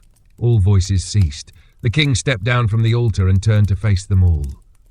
"What lies beneath this chapel," he said, "was not built by hands I recognize, and I know this kingdom's every stone. I watched the book move. I heard something breathe where there is no life. And I heard you, Bishop Malwyn, speak of truth as if it were a blade to be drawn." The bishop did not flinch. The king continued, "You will remain in Corbridge under guard. You will speak to no one. You will write nothing." "And if I refuse," the bishop said, his voice like rust, "then your voice will be taken," the king replied, cold and without ceremony. A single nod to the guards, and the bishop was led away, slow, shaking, but upright. Osric followed him with his eyes until the chapel doors closed once more. Only then did he breathe. That night the Queen summoned him to the solar. The storm had returned, softer now, rain ticking against the windows like a lullaby for a sleepless child. She stood by the hearth, hair unbound, a cloak pulled tight around her shoulders. "You did well," she said, "but this was only delay." Osric nodded. The book did not open. "It was never meant to open quickly," she said. "Its time is measured in patience, in cracks, in dreams." He walked to the window, watching the rain trail down the glass. "He spoke of gods," he said, "wronged, bound, lied about." The Queen's voice was quiet. "Yes, that's the danger. You believe him?" "I believe he believes it." She joined him at the window. "There were once 13 shrines beneath Corbridge," she said. "Before the church, before the kings, they were sealed one by one, not all by saints, some by blood, one by sacrifice." Osric turned. "Alwyn." The Queen met his gaze. She was not canonized until decades after her death. She was a shield, not a martyr. She bound what the priests could not. Osric thought of the statue, the shift in its gaze, the words etched in the old text. She sealed the gate with her own blood. "Why leave the book?" he asked. "Why not destroy it? It cannot be burned, nor drowned, nor broken. It is not a book in the way we understand." Osric nodded slowly. "The bishop will try again," he said. "Not alone," the Queen replied. "He's not the only one who remembers." She walked to her desk and drew out a parchment. On it a map, old, frayed, but familiar, the tunnels beneath the castle, the altar chamber, and beyond it another chamber, hidden deeper still. "We think there's a second relic," she said. "A mirror." Osric raised an eyebrow. "It doesn't show faces," she said. "It shows truth, or madness." "And you want me to find it?" She nodded. "We don't know how long we have. The bishop's followers are in the castle, hidden. One of the scribes disappeared this morning. Another was found speaking in a dead tongue." Osric took the map. "I'll go tonight." The Queen touched his arm. "Do not look directly into it.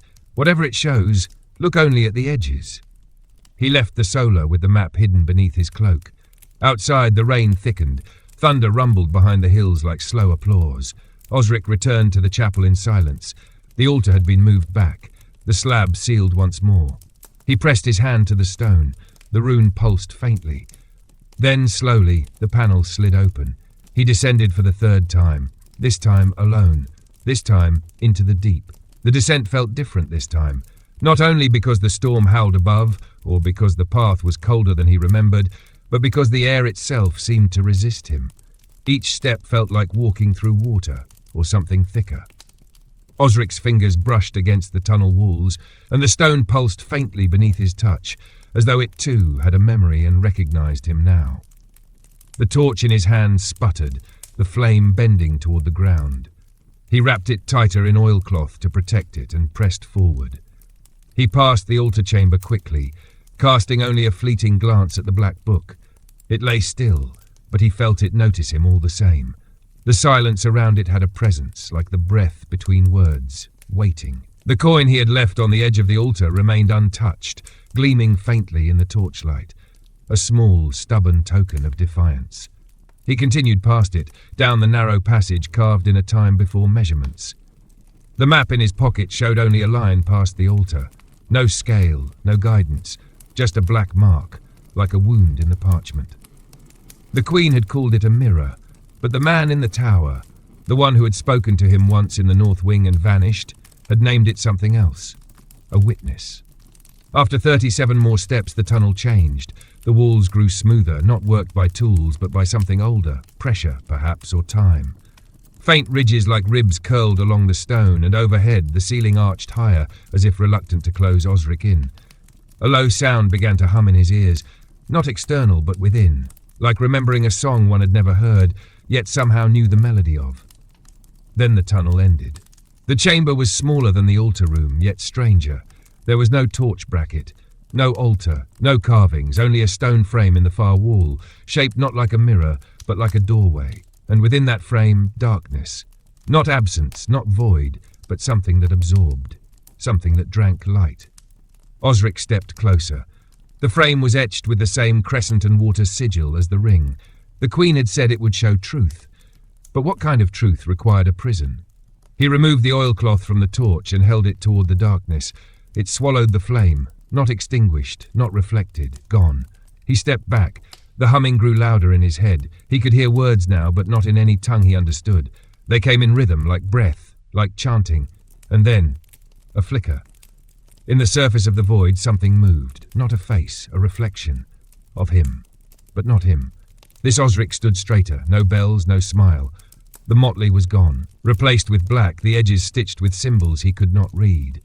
The figure did not move when he did. It stared directly at him, into him.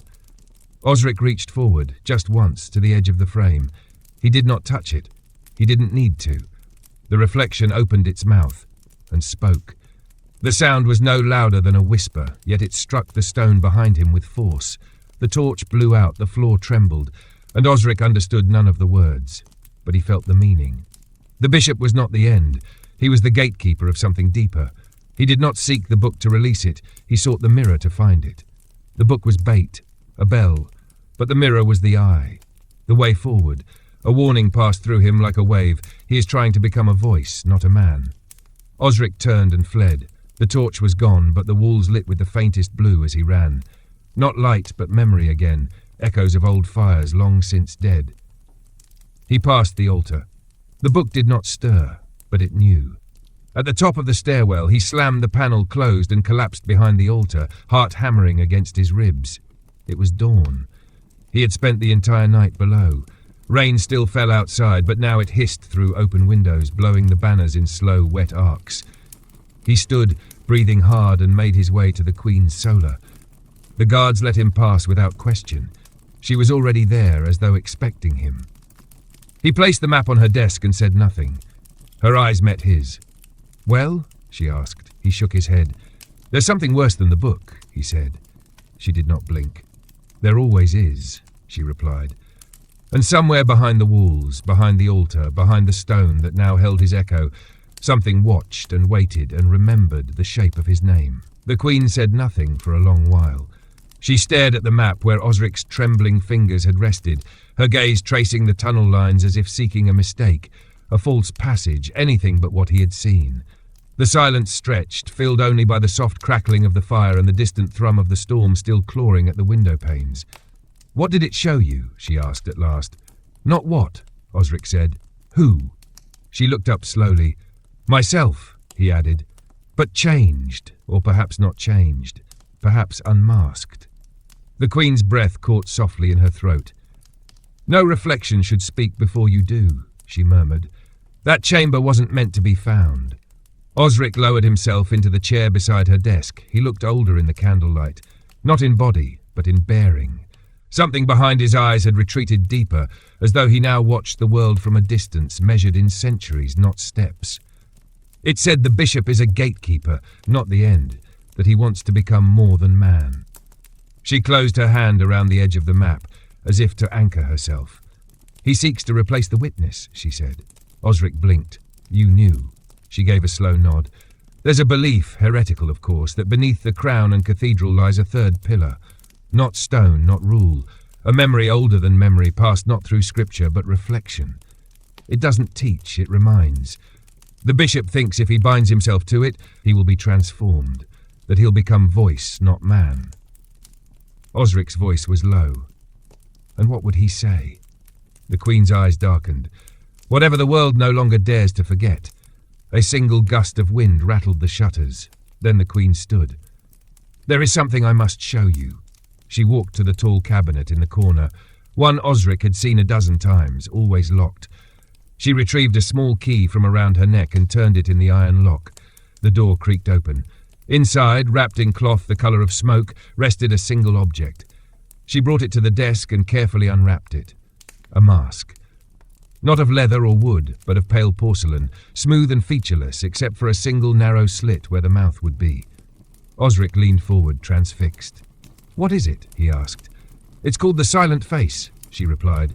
"It was worn by those who once stood between the king and the altar. Not priests, not lords, something else. They listened, they never spoke, they kept the memory in place." He reached toward it, then pulled back. "It's cold," he whispered. "It always is," she said, "even by fire." She rewrapped the mask and placed it back into the cabinet. "I kept it hidden because I feared what it meant. But now I wonder if we need it again." Osric's mouth was dry. And who would wear it? She didn't answer. Instead, she walked to the window and stared into the morning storm. The bishop will act soon, she said. The salt water slowed him, but not enough. He's found a way to open the next gate. There's more, Osric asked, though he already knew. There always is, she said. Corbridge was built over layers, some human, some not. A knock came at the solar door. A page entered, soaked to the elbows, hair flattened by rain. "My lady," he said breathlessly, "Sir Roderick requests audience. He says it's urgent. The bishop's retinue, 2 of his priests, are missing. Their chambers were left open. One of them left a message scrawled in soot." He held up a scrap of cloth. Osric took it gently. Written in shaking black strokes was a single phrase, "He dreams with no breath." The Queen read it, her expression unreadable. "Bring Roderick in," she said. The boy nodded and left. She turned to Osric. "The priest is gone, or worse, changed." Osric's stomach twisted. "I need you to go to the western crypt," she said. "The bishop used to speak of it before he learned of the altar. There's something there, a fragment perhaps, an echo." Osric stood, gathering his cloak. "What am I looking for?" "Not what," she said softly. "Who?" He moved quickly through the halls, the letter clutched in one hand, the flask of salt water tied once again at his hip. As he neared the crypt, the corridors grew quieter. The storm muffled everything. Doors were shut, curtains drawn. When he reached the crypt gate, it stood ajar. A single candle burned in the wall sconce, and beneath it, kneeling in the centre of the stone room, was a figure. A man. No robes, no shoes. His back was covered in bruises and dark sigils carved by hand. His mouth was open, but no breath came. Osric approached slowly. The man looked up. His eyes were pure black, and when he smiled, the silence that followed was worse than screaming. The figure did not move. He simply knelt, smiling with eyes that were no longer eyes, slick pools of black that reflected nothing. His lips curled into something that may have once been human joy, but now twisted toward mockery. And beneath that smile, Osric could see the subtle twitching of the jaw, as though something inside the man's head spoke even while his mouth remained still. Osric reached slowly for the flask of salt water. The man's smile widened. "You'll need more than brine," he whispered. His voice wasn't rasped or broken, it was too perfect, measured, even. A voice not shaped by lungs, but passed through memory. Osric stopped his hand above the flask. "What are you?" he asked. The figure tilted his head. "I am what he would become, what he begs for, what waits behind the door." The air in the crypt thickened. The torchlight dimmed slightly, although the flame did not move. The shadows began to lean toward the figure, not away from him. "You are one of the bishop's priests," Osric said. "Or you were." "I was a vessel," the figure replied. "Now I am opened." His hands lay palms up on his knees. Each bore a brand, twin circles seared into the flesh but reversed, one hollow, one filled. Osric had seen the mark once, long ago, in the margins of an illuminated manuscript the scribes had deemed blasphemous, the symbol of the mirror reversed. "You've gone too far," Osric said. "Too far?" the figure mused. "There is no far. There is only what we forgot to fear." Osric unscrewed the flask with slow fingers. "I've seen what's beneath the altar. I've seen the mirror in the deep tunnel. You think this will give you power, but all I saw was hunger." The man's expression didn't change. It was always hunger, the world's first and last prayer. Osric stepped forward, the flask open. "I'll say a name," the figure offered. "The name of the thing behind the book, the thing behind the bishop. I don't want it, but it wants you." The figure's hands shot upward, fingers curled like claws, not toward Osric, but toward his own mouth. He began to speak in a tongue no throat should form. The words scraped the air. The stone beneath him trembled. Osric threw the salt water. The liquid struck the man's chest and shoulders, steaming as it hit flesh. The scream that followed came from the walls, not the throat. A low, grinding noise like stone splitting in slow agony.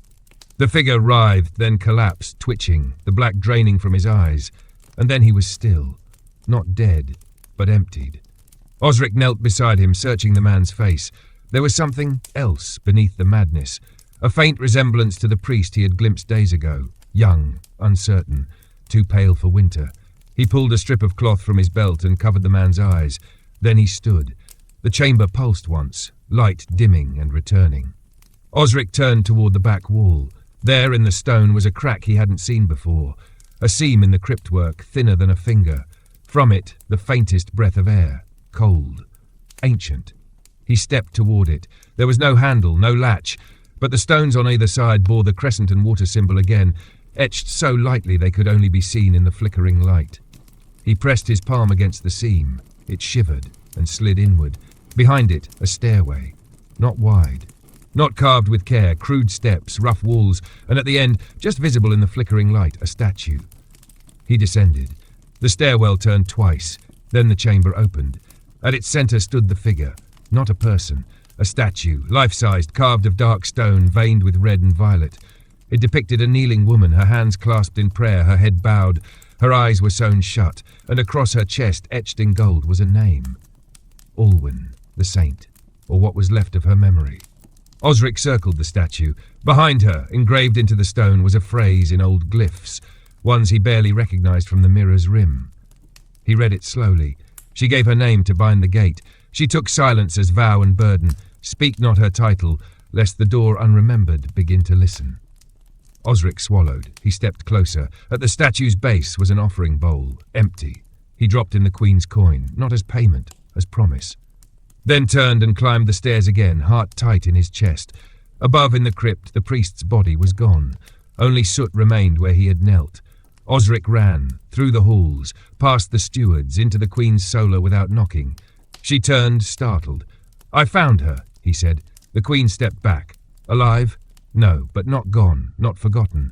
He handed her the parchment with the etched warning. She traced the glyphs with a finger. "This changes everything." Osric nodded. "It means the book isn't the true seal," he said. "She is." The Queen's voice dropped. "Then if the bishop wants to unbind the truth..." Osric finished the thought. "He'll come for her next." The Queen held the parchment in both hands, her knuckles white against the fading glyphs. The firelight danced along the curved script as though reluctant to rest upon it. Behind her, the wind howled softly through the window lattice, and the shadows on the stone floor shifted with uneasy rhythm. Osric waited in silence. There was no need to speak further. The name had been found, the seal revealed, and now they both understood the depth of the danger. It was no longer a matter of the book or the mirror. It was the memory of St. Olwen herself, the forgotten sentinel carved into stone, her name bound into silence by oath and blood. She was the true ward, the living gate once sworn to hold the hunger beneath. "I always feared this," the Queen said at last, voice low and distant, "that the thing we worshipped was never a saviour, that our relics were built atop her grave, not in her honour." Osric approached the fire, warming his hands. "The bishop doesn't want her power. He wants her absence. If she is broken, the book will sing. The mirror will open." The Queen folded the parchment, wrapped it in waxed cloth, and slipped it beneath the folds of her robe. She turned to the window and stared at the horizon, where the storm still boiled like some black cauldron just out of reach. "He's already moving," she murmured. "Even under guard, there are still those who listen to him." Osric nodded. "One of the priests is gone. Another became something else. Their prayers are no longer for healing. They're offerings." "To what?" "To whatever dreams beneath the stone," he replied, "and it is beginning to stir." The Queen turned back to him. "We need to move the statue." "No," he said, shaking his head. "We don't hide her, we protect her. Osric, she's not a relic, she's a warning. If we move her, the gate may weaken." The Queen took a slow breath. "Then we'll post guards. I'll summon Roderick and the King's shieldmen." "No soldiers," Osric said quietly. "No steel." "Why not?" "Because they're louder than silence," he said. "And if she is kept by silence, then steel will only wake what she has held back." The Queen's jaw tightened, but she said nothing. Instead, she turned and lit a second candle beside the hearth, placing it beneath a shallow silver bowl. From within her desk, she retrieved a scrap of cloth stained with ash and oil. "I'll call the witness circle," she said. "There are still a few who remember the vow." Osric blinked. "They're real?" She nodded. "Old names, older blood. They remember the promise to keep her name unsaid." "Then call them." He turned toward the door. "And you?" she asked. "I go to the bishop," he said. "Not to speak, not to question, but to see who still listens."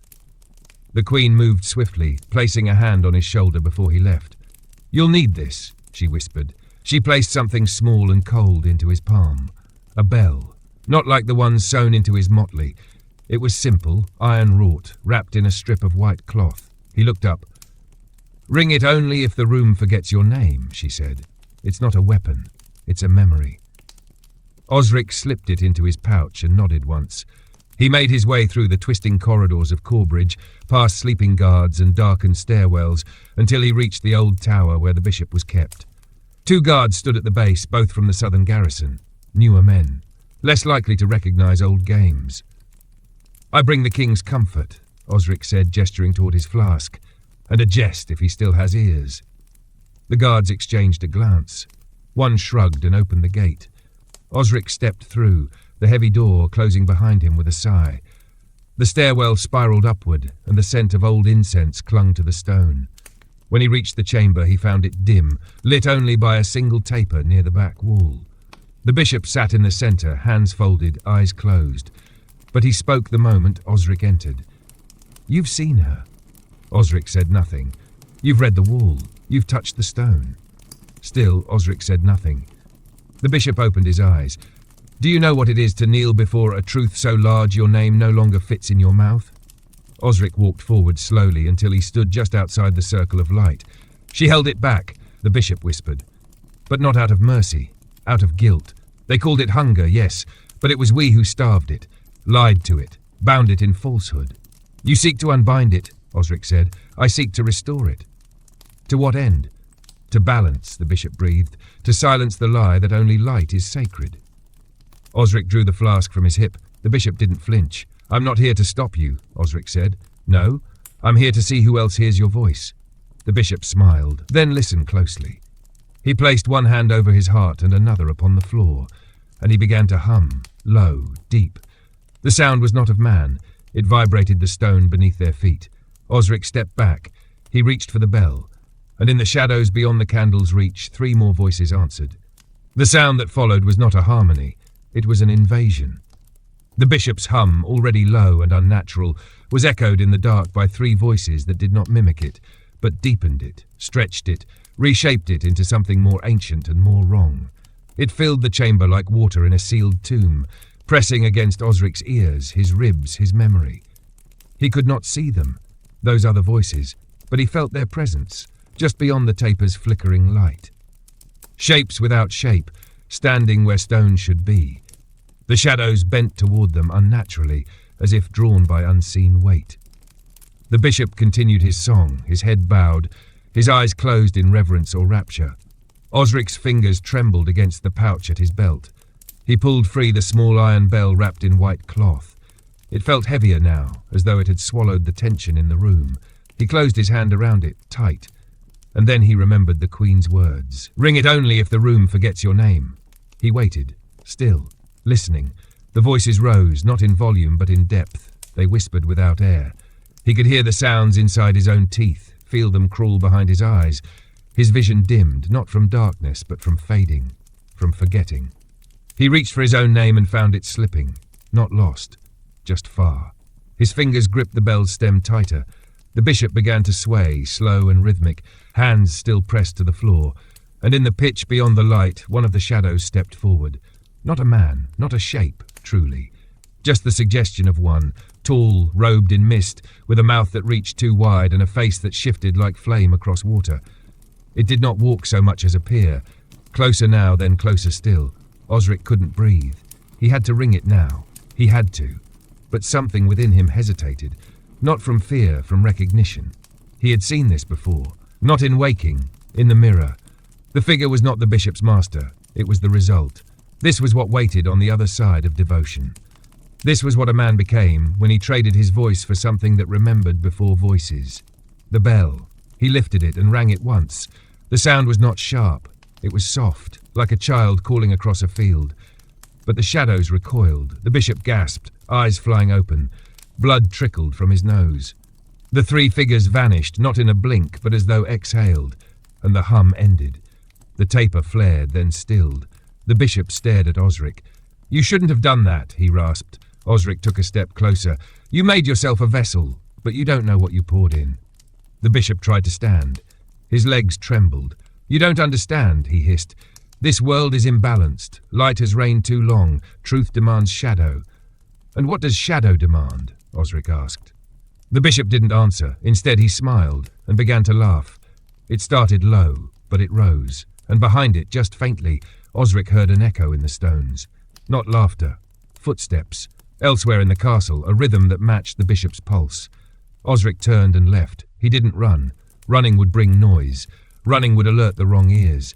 He descended the tower in measured steps, the bell still clutched in his hand, now cold, now silent. The guards at the door looked at him strangely. One opened his mouth to ask, but Osric silenced him with a glance. They let him pass without a word. Back in the Queen's solar, the candlelight was dimmed. She was alone now, wrapped in a thick shawl, her face pale, her eyes rimmed with fatigue. Osric shut the door behind him and placed the bell on the table. "You rang it," she said quietly. "Yes." "What did it take?" Osric hesitated. "My reflection," he said. "Or maybe the part of me that looked away." The Queen lowered her gaze. "He's calling them now," he continued. "Not with speech, with memory. He's stitching them into the walls." "Where?" Osric shook his head. "They're not in the chapel, not in the tunnels. They're in the castle itself. The stones, the echoes. He's made them forgotten, not hidden." The Queen stood. "We need to move her." Osric stepped forward. "We can't. If he reaches her first, he already has. Not her body, her name. He's spoken it. Somewhere, to someone." The Queen's voice trembled. "Then the gate is weakening." Osric looked toward the hearth. "It's not weakening," he said. "It's listening." The Queen turned toward the window, her reflection framed in the rain-smeared glass like the ghost of her younger self. She did not move for some time. The firelight shimmered behind her, casting long shadows across the stone floor that seemed to breathe with a rhythm just out of step with the room. Osric stood by the table, one hand resting on the bell, the other clenched tightly around the cloth-wrapped flask that had begun to feel like a relic itself, an old defense against a war that no longer obeyed the boundaries of earth and sky. "What happens," the Queen asked at last, "when the gate begins to listen?" Osric did not answer immediately. He walked to the hearth and crouched by it, watching the flames shift and fold like red silk. He thought of the chamber where Ulwyn's statue knelt, her eyes sewn shut, the faint breath that stirred the dust around her, the bowl beneath her hands. He thought of the mirrored figure in the deep tunnel and the thing that had worn his face like a memory. "I think," he said quietly, "it starts to remember the world." The Queen turned slowly, her face unreadable. "Then we must act before it recalls too much." Osric rose. "We need the king." But she shook her head. "He will not understand, not fully. He sees only the bishop's ambition, not the thing behind it. We can't keep it secret forever." She walked to her desk and unwrapped a long, narrow scroll. It bore the crest of Corbridge, but older, etched in a style long abandoned. Along the bottom were 13 names. 12 shrines, she murmured. 12 oaths, all broken. Only Olwen's remains. Osric leaned in. He recognized 2 of the names, one etched into a crumbling wall deep beneath the chapel, another he'd seen in the bishop's notes, crossed out in red ink. "What is this?" he asked. "The Covenant of Balance," she replied. Each name belonged to a watcher, not kings, not priests, chosen by silence. When the old gods were bound, each one took a burden, a gate, a name, a memory. Their duty was not to protect us, but to contain them. Osric's eyes scanned the scroll.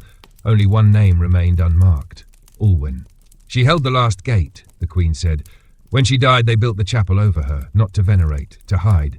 They sealed her memory in marble and taught her story only in fragments." Osric looked up, but the bishop found it. Yes, or perhaps it found him. A knock interrupted them, urgent, sharp. The Queen crossed the room and opened the door. Sir Roderick stood there, soaked through, his armour streaked with mud. Behind him, 2 of the Queen's personal guards flanked the corridor, hands resting on their hilts. "My lady," Roderick said, bowing quickly, "there's movement in the north crypt. The bishop's priests, what's left of them, have been seen passing through the lower kitchens toward the sealed door." The Queen stiffened. "What sealed door?" Roderick's face darkened. "The one beneath the wine vault. The door with no lock. The one no mason claims to have built." The Queen turned to Osric. "You've seen it?" He nodded slowly. "Once, I thought it was storage. The stones around it are different, older." "It's not storage," Roderick said. "It's a staircase. No records say where it leads." "Then that's where he'll go," Osric murmured. "The book, the mirror, Alwyn, it's all drawn toward that door. The Queen stepped aside. Take him. Go now. Roderick nodded and motioned to the guards. Osric followed them without a word. As they descended through the inner corridors, the sound of the storm faded.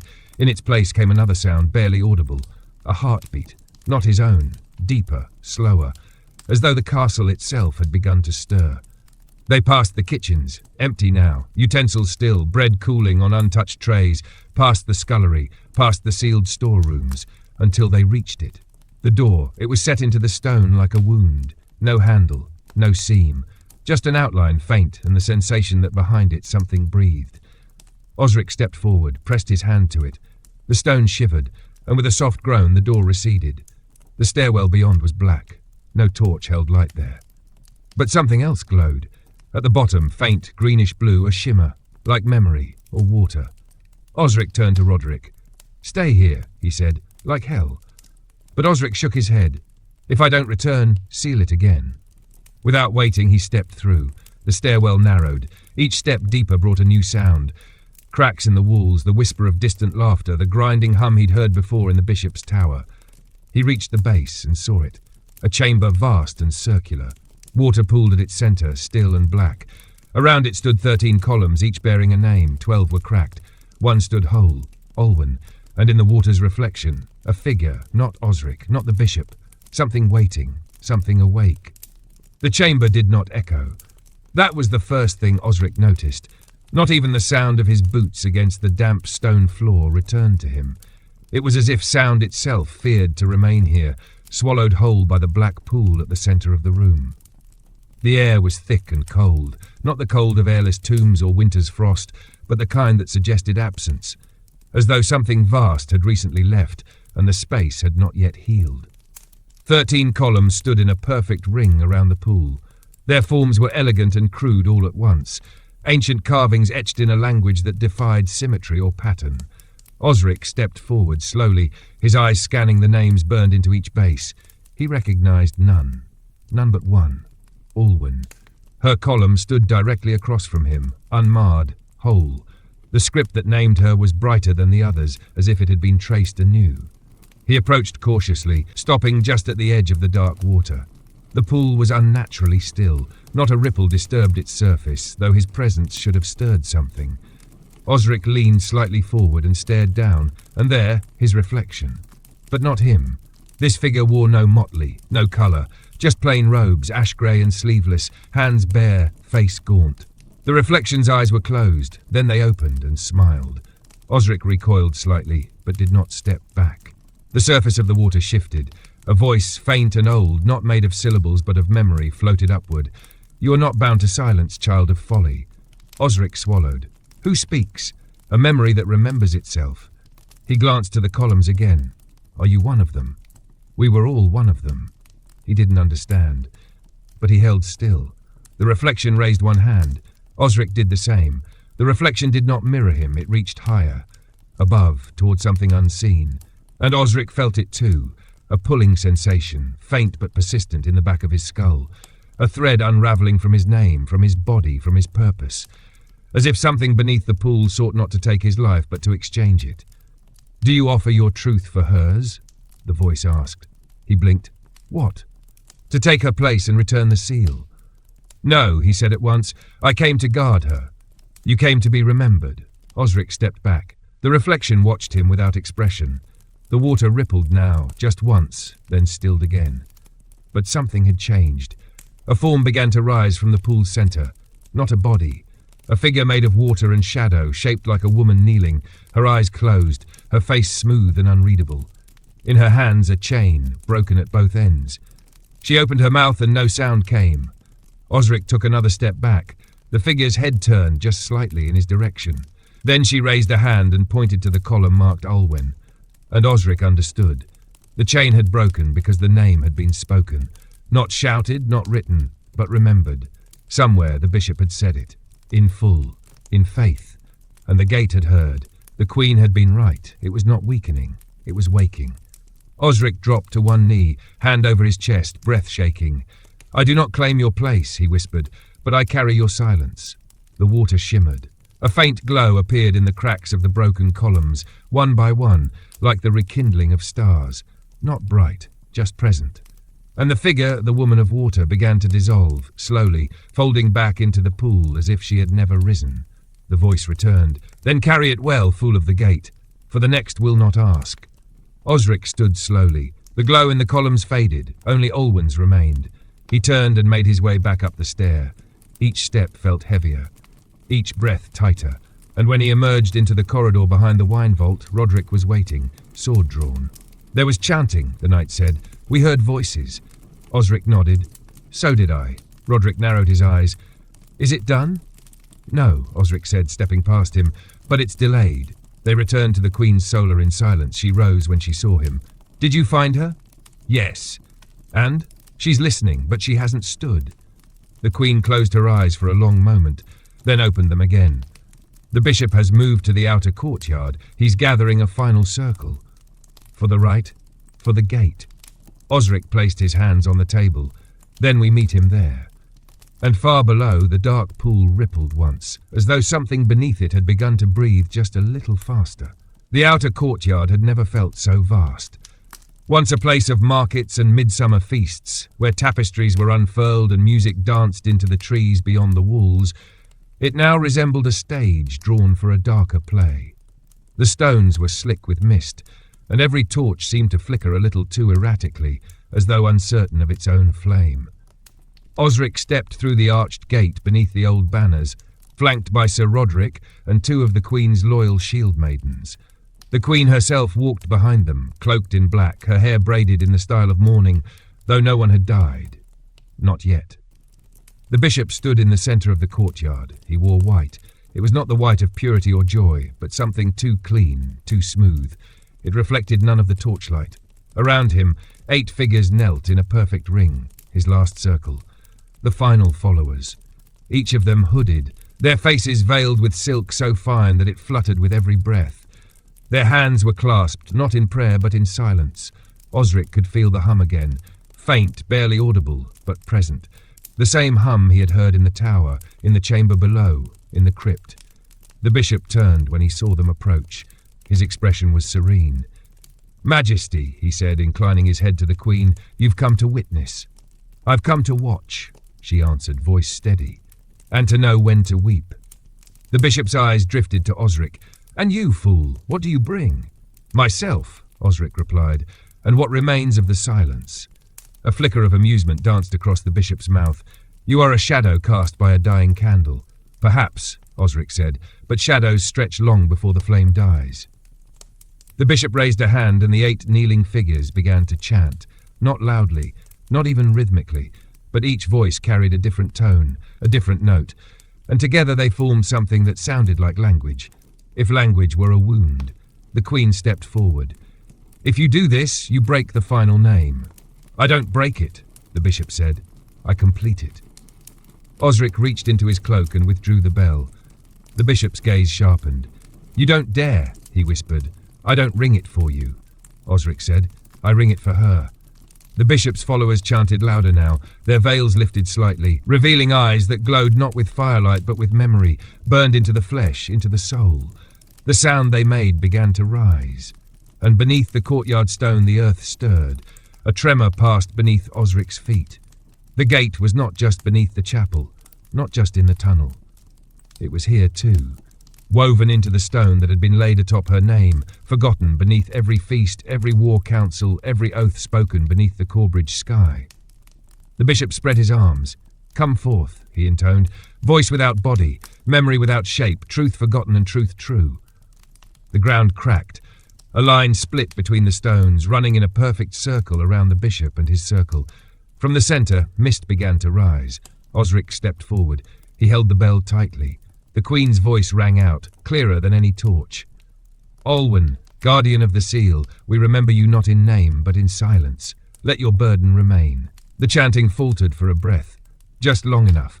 Osric raised the bell and rang it. The sound that emerged was not a chime. It was a note, a low harmonic toll that echoed not through air but through memory. The torches dimmed, the mist drew backward. The bishop's mouth opened, but he did not speak. His followers froze. One by one, their mouths began to bleed, and beneath the courtyard something screamed, not in pain, in recognition. The bishop fell to his knees. He looked at Osric, eyes wide, tears streaming down his face, not of sorrow, but of awe. "She hears me," he whispered. "She hears." Osric walked forward slowly, the bell still swinging from his hand. "She heard first," he said, "and she chose silence." The crack in the stone pulsed once, then again, then closed. The mist faded. The followers collapsed, their bodies limp, their mouths silent. Only the bishop remained. He knelt, breath hitching, mouth trembling. "You don't understand," he said. "It's not just memory, it's future. It's what comes after forgetting." Osric crouched in front of him. "I understand this," he said. "You tried to speak louder than the silence, but the silence remembers." And with that, he pressed the bell into the bishop's hand. The queen stepped forward. "Take him," she said to the guards. They did not hesitate. As they dragged the bishop away, he clutched the bell to his chest and whispered to it, as though it were a relic of lost gods. The queen turned to Osric. "It's not over." He looked up at the stars, just barely visible between the storm clouds. "No," he said, "but tonight she sleeps again." And deep below, in a chamber of still water and ancient stone, the statue of Alwyn stirred, not in movement, in knowing. The castle did not breathe for 3 days. The bishop was confined in a tower sealed with iron, where not even the wind could slip beneath the door. The queen forbade all rites, halted all masses. The chapel was closed, its altar stripped of tapestries, its incense never lit. The book remained untouched beneath the stone, though Osric swore he still felt its weight in the floorboards when he passed. And beneath it all, beneath the cellar vaults, beneath the crypt, beneath even the tunnels forgotten by the masons, Alwyn slept. That is what Osric told himself, again and again, that the statue in the water was merely still, that sleep had returned. But sleep was not silence. Silence, he had come to understand, was a presence. It filled rooms, it held breath, it waited. On the 3rd morning, the queen called for him at dawn. He found her on the eastern ramparts, cloak drawn against the mist, her hands resting on the frost-kissed stone as she watched the hills. "Riders," she said before he spoke. Osric followed her gaze. Just beyond the wood's edge, 3 figures on horseback, small in the distance, unmoving. Their banners were unfamiliar. No sigil of the crown, no mark of faith, just a plain black pennant that twisted slowly in the breeze. "They've been there since last night," she said. "Not advancing, not retreating." "Messengers?" Osric asked. She shook her head. "Witnesses." Osric narrowed his eyes. "The bishops?" She didn't answer. Instead, she turned from the rampart and led him inside. They passed the chapel, now locked with chains, past the old library where the scribes whispered only in pairs, down into the stone belly of the keep, past a guard who bowed low and did not raise his head. She brought him to a door he had never seen, not hidden, not secret, just unnoticed. Inside was a room with no windows, a table of blackwood, candles not yet lit, and a circle of chairs, 7, all but one empty. "We call it the Hall of the Oath," the queen said, her voice hushed. "It was built when Corbridge was first founded, before church and crown divided their duties." Osric stared at the empty chairs. "Who sits here?" The queen walked to the head of the circle and sat. "The last of the watchers." Osric moved slowly to the opposite chair and took his place. "I thought they were gone." "They were," she said, "until memory returned." From behind a curtained alcove, 2 more figures entered. One was a man Osric vaguely recognized, a quiet steward from the outer records, always shuffling scrolls no one asked for. The other was a woman whose face bore the sigil of a distant monastery, her mouth sewn closed with silk thread. They sat without speaking. 2 others followed, an old knight with broken fingers and a younger scribe with clouded eyes. He did not seem to see Osric at all, yet his gaze fixed perfectly on him. The queen waited until they were seated. Then she said, "The gate is sealed, but not whole." Osric nodded once. "We know the bishop spoke her name," she continued. "We know it cracked the chain. We know his circle sought to bring her to the surface." The old knight spat on the floor. He sought to replace her. The queen continued, "But Olwen was not erased, only buried. Her silence was not surrender. It was endurance. She chose to hold the door, long after others had broken." The others nodded slowly, as if in ritual. Then the queen looked to Osric. "Tell them what you saw." and so he did. He told them of the mirror beneath the chapel, and of the figure within that did not mimic, but warned. He told them of the altar chamber, of the black book that pulsed with hunger not bound to pages, of the crypt, and the priest whose mouth forgot breath, of the staircase beneath the wine vault, and the pool where the 13 columns stood. He told them of the final night, the circle of veiled priests, and the way the stone cracked beneath the bishop's voice. And when he spoke of Olwen, of the figure rising from the water, her hands bearing broken chains, her mouth opening to speak nothing, the room fell utterly still. When he finished, the Queen folded her hands. "We cannot kill a memory," she said softly, "but we can guide it." The man with clouded eyes stood. He walked to Osric and held out a scroll, sealed with no wax, tied only with a black thread. Osric took it. Inside were words written in a language he did not know, but one line glowed faintly. "You are not the fool." He looked up. "You are the last listener," the Queen said. Osric's voice was quiet. "And what does a listener do?" She stood slowly. "He teaches others how to hear." The Queen moved toward the door, and the others followed, silent, calm. Osric remained seated. The scroll sat heavy in his lap, and outside, beyond the mist, the 3 riders still waited, unmoving, watching, as if listening for a name they had not yet heard spoken aloud. Osric sat long after the Queen and her companions had gone. The black-threaded scroll lay untouched in his lap, its presence heavy as iron. The room around him was dim and still, lit only by the faint blue light that filtered in from a high, narrow window no wider than a handspan. Dust hung in the air, undisturbed. Time did not seem to move here, not in the way he knew it. He could hear his own breath, hear his own pulse, and beneath those sounds, something quieter still. The faintest echo, not a voice, not a word, but the invitation of one. He stared at the scroll, then untied the black thread.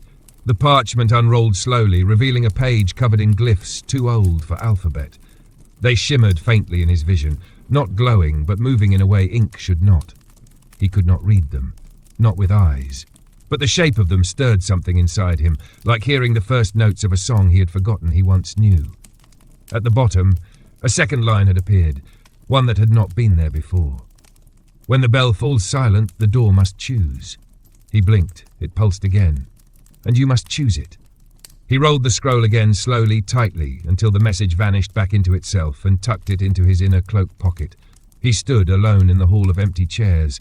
Outside, the stone corridors of Corbridge had changed, not visibly, not in shape, but in texture. The air was thicker, the sounds were duller. He passed 2 guards who did not look at him. One of them blinked too slowly. The other smiled as if he were trying to remember how. Osric nodded politely and walked on.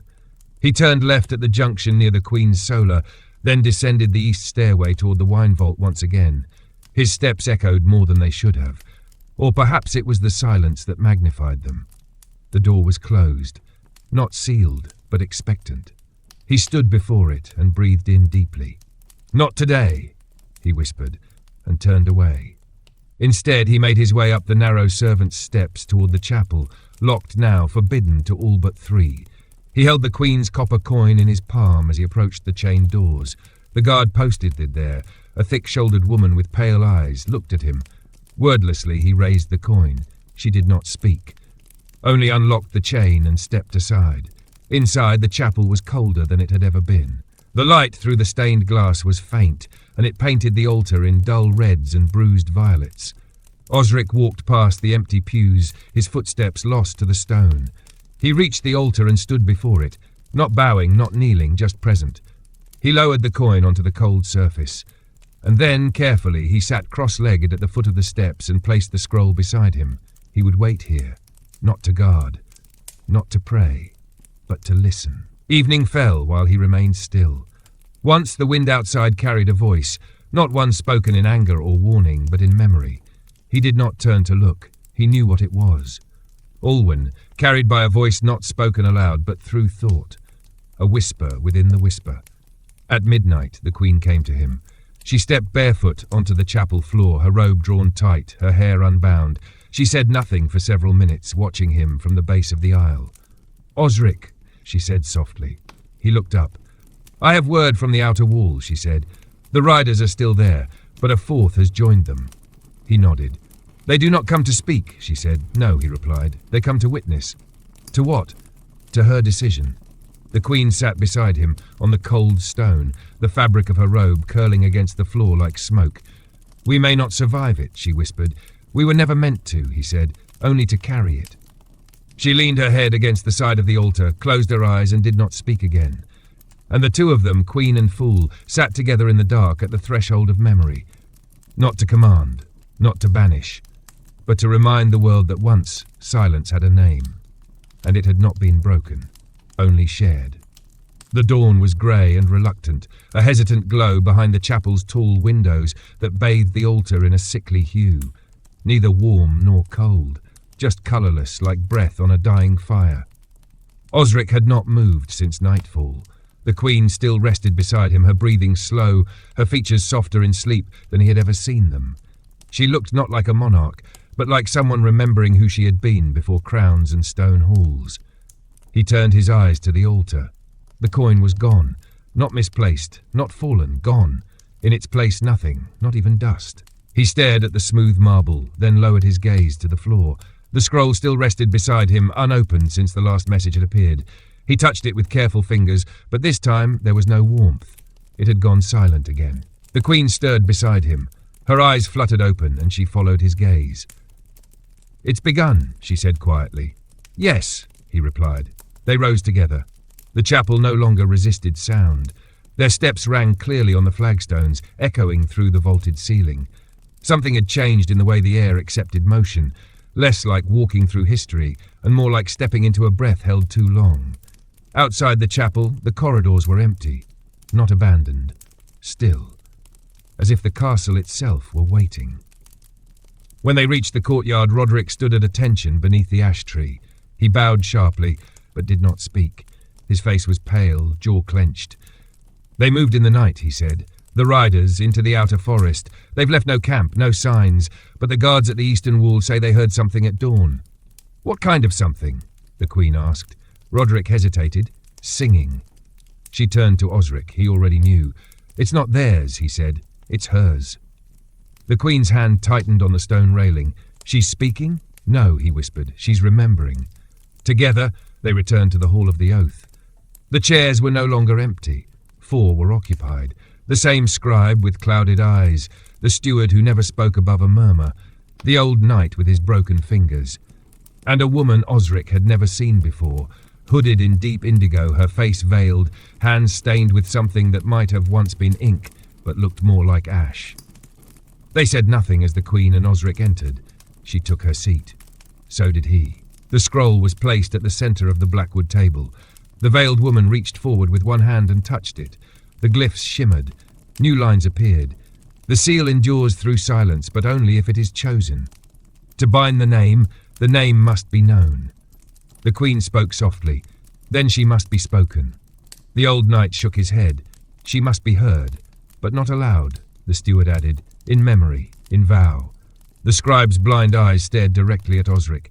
She will return if called, but she will only stay if welcomed. Osric looked down. It was the paradox of every gate. To open it, one must knock. To keep it shut, one must watch. And if the gate itself had become conscious, if Alwyn, no longer only stone and prayer, had begun to remember herself, then this was no longer a matter of sealing. It was a matter of choice, hers and theirs. "Then what must I do?" he asked. The scribe reached beneath his robe and produced a second bell, identical to Osric's, only this one had no cloth, no silence. Its surface was marred, as if scorched. He placed it before Osric with slow, deliberate care.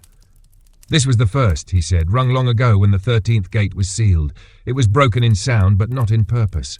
Osric touched it. It pulsed beneath his fingers, faint, like a heartbeat before sleep. The Queen leaned forward.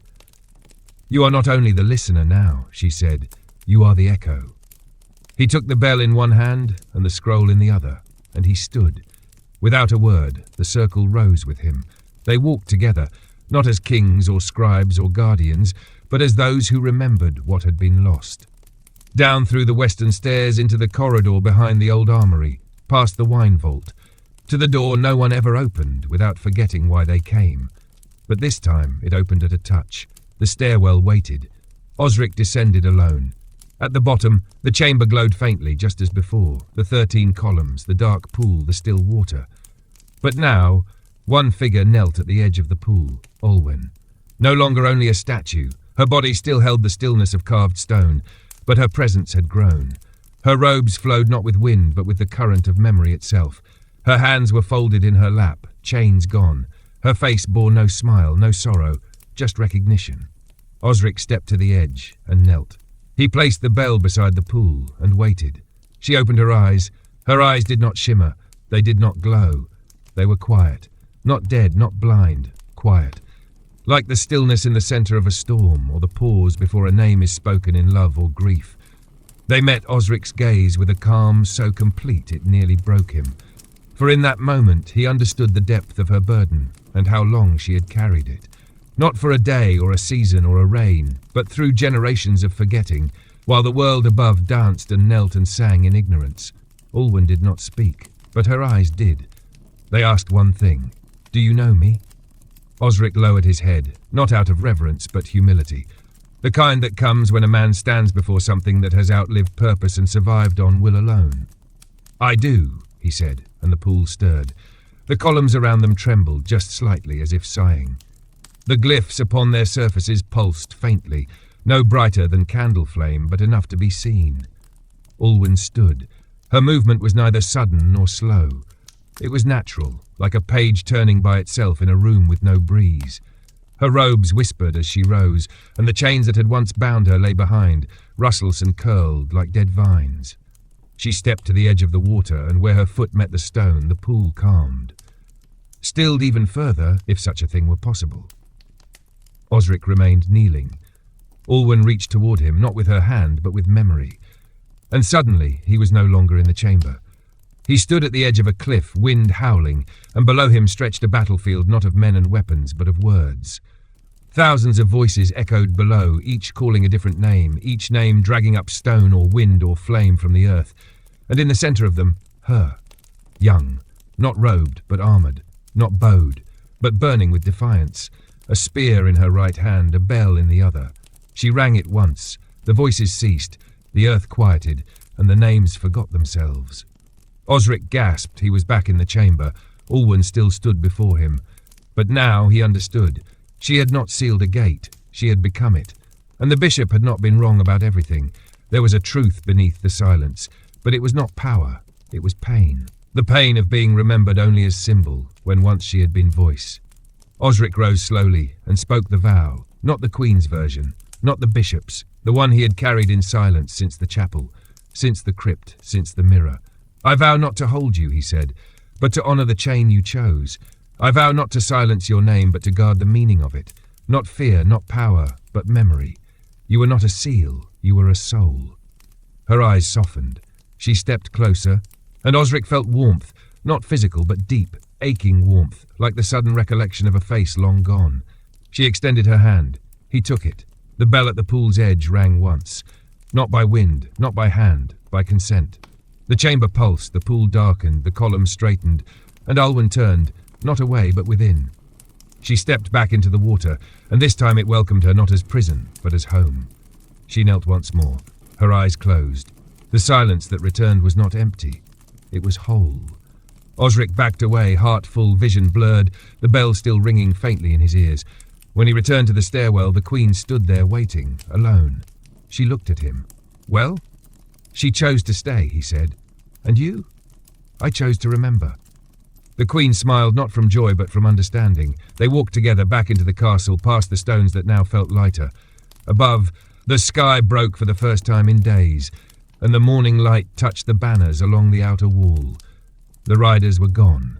Only footprints remained, 4 leading away from the gate, and the sound of the bell lingered still. The final day came softly, as if the world itself had grown weary of ceremony. There were no horns, no calls from the watchtowers, no banners raised over the battlements. The sky was pale and veiled in cloud, the kind of light that made stone look older, and breath feel closer to the throat. Osric awoke in the eastern chamber above the chapel, an old monk's cell the Queen had given him, simple and bare, with a narrow bed and a window that looked eastward toward the forest. The light spilled in thin lines across the floor. It was the first morning in many weeks that did not taste of fear. He rose slowly. His motley was folded on the stool beside the bed, untouched. He no longer wore it. Not since the bell had rung and the pool had settled. The Jester was still there, somewhere inside, but quieter now. He had learned that the world had no need of fools who danced only to distract. It needed those who listened. Down in the courtyard, the Queen stood with Sir Roderick and the last of the Watchers. The blackwood table from the Hall of the Oath had been brought into the open, and the scroll now rested atop it, unrolled in full. A ceremony, yes, but not one of endings, one of return. Osric stepped into the courtyard as bells tolled from the west tower. Not the chapel bell, not the bell of summoning, but the small silver bell of the north wing, long unused. It had no name, no purpose. It rang only when someone died without kin, but today it rang for memory. The Queen raised her hand and the bell ceased. She turned to face those gathered, fewer than 50, the royal circle, the old scribes, the handful of knights who had seen the gates and still chosen to serve, and Osric. She spoke gently, each word like a breath released. Today we mark not a victory, but a remembrance. The gate remains, the name endures, the voice was heard. She turned toward Osric. You stood where others fled, you listened where others spoke. You carried the silence not as shame, but as shield. And now we ask you not to forget, but to teach. She held out a simple object. Not a crown, not a blade, but the bell. The first bell, the one scarred and old, once broken in sound, but not in meaning. Osric took it. It was warm. The Queen stepped back and he turned to face the gathered court. The wind moved softly through the trees and far beyond the walls. The forest remained quiet. He held up the bell and did not ring it. Instead, he spoke.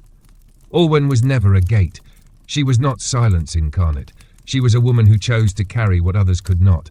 When the world wanted a barrier, she gave them herself. When the memory of her faded, the danger returned, not because she was weak, but because we forgot the shape of her sacrifice. He looked to the horizon, and now we remember. He lowered the bell. There was no applause, no cheer, only the kind of quiet that fills the soul when something broken has finally mended. Later that day, Osric walked the castle's edge alone. The Queen had returned to her solar, and the Watchers had descended once more into their hidden places. The chapel would reopen, slowly, with no new altar, but with 13 candles in a circle and one empty stone for Olwen. He paused at the tree by the outer wall. There, in the bark, someone had carved a single glyph. A small crescent over water. He traced it with his fingers. A reminder. He looked to the woods, to the place where the riders had once watched. They were gone. But he felt them still, not as threat, as witnesses. He walked back slowly, the bell at his side, and when night came he returned to the chapel, not in duty, not in fear, but in peace. He knelt where the coin had once rested, closed his eyes and listened. No words came, no voices, just the breath of stone, the pulse of memory, and the knowledge that sometimes to be remembered is the only vow a soul ever needed. The candlelight flickered softly, and Osric smiled.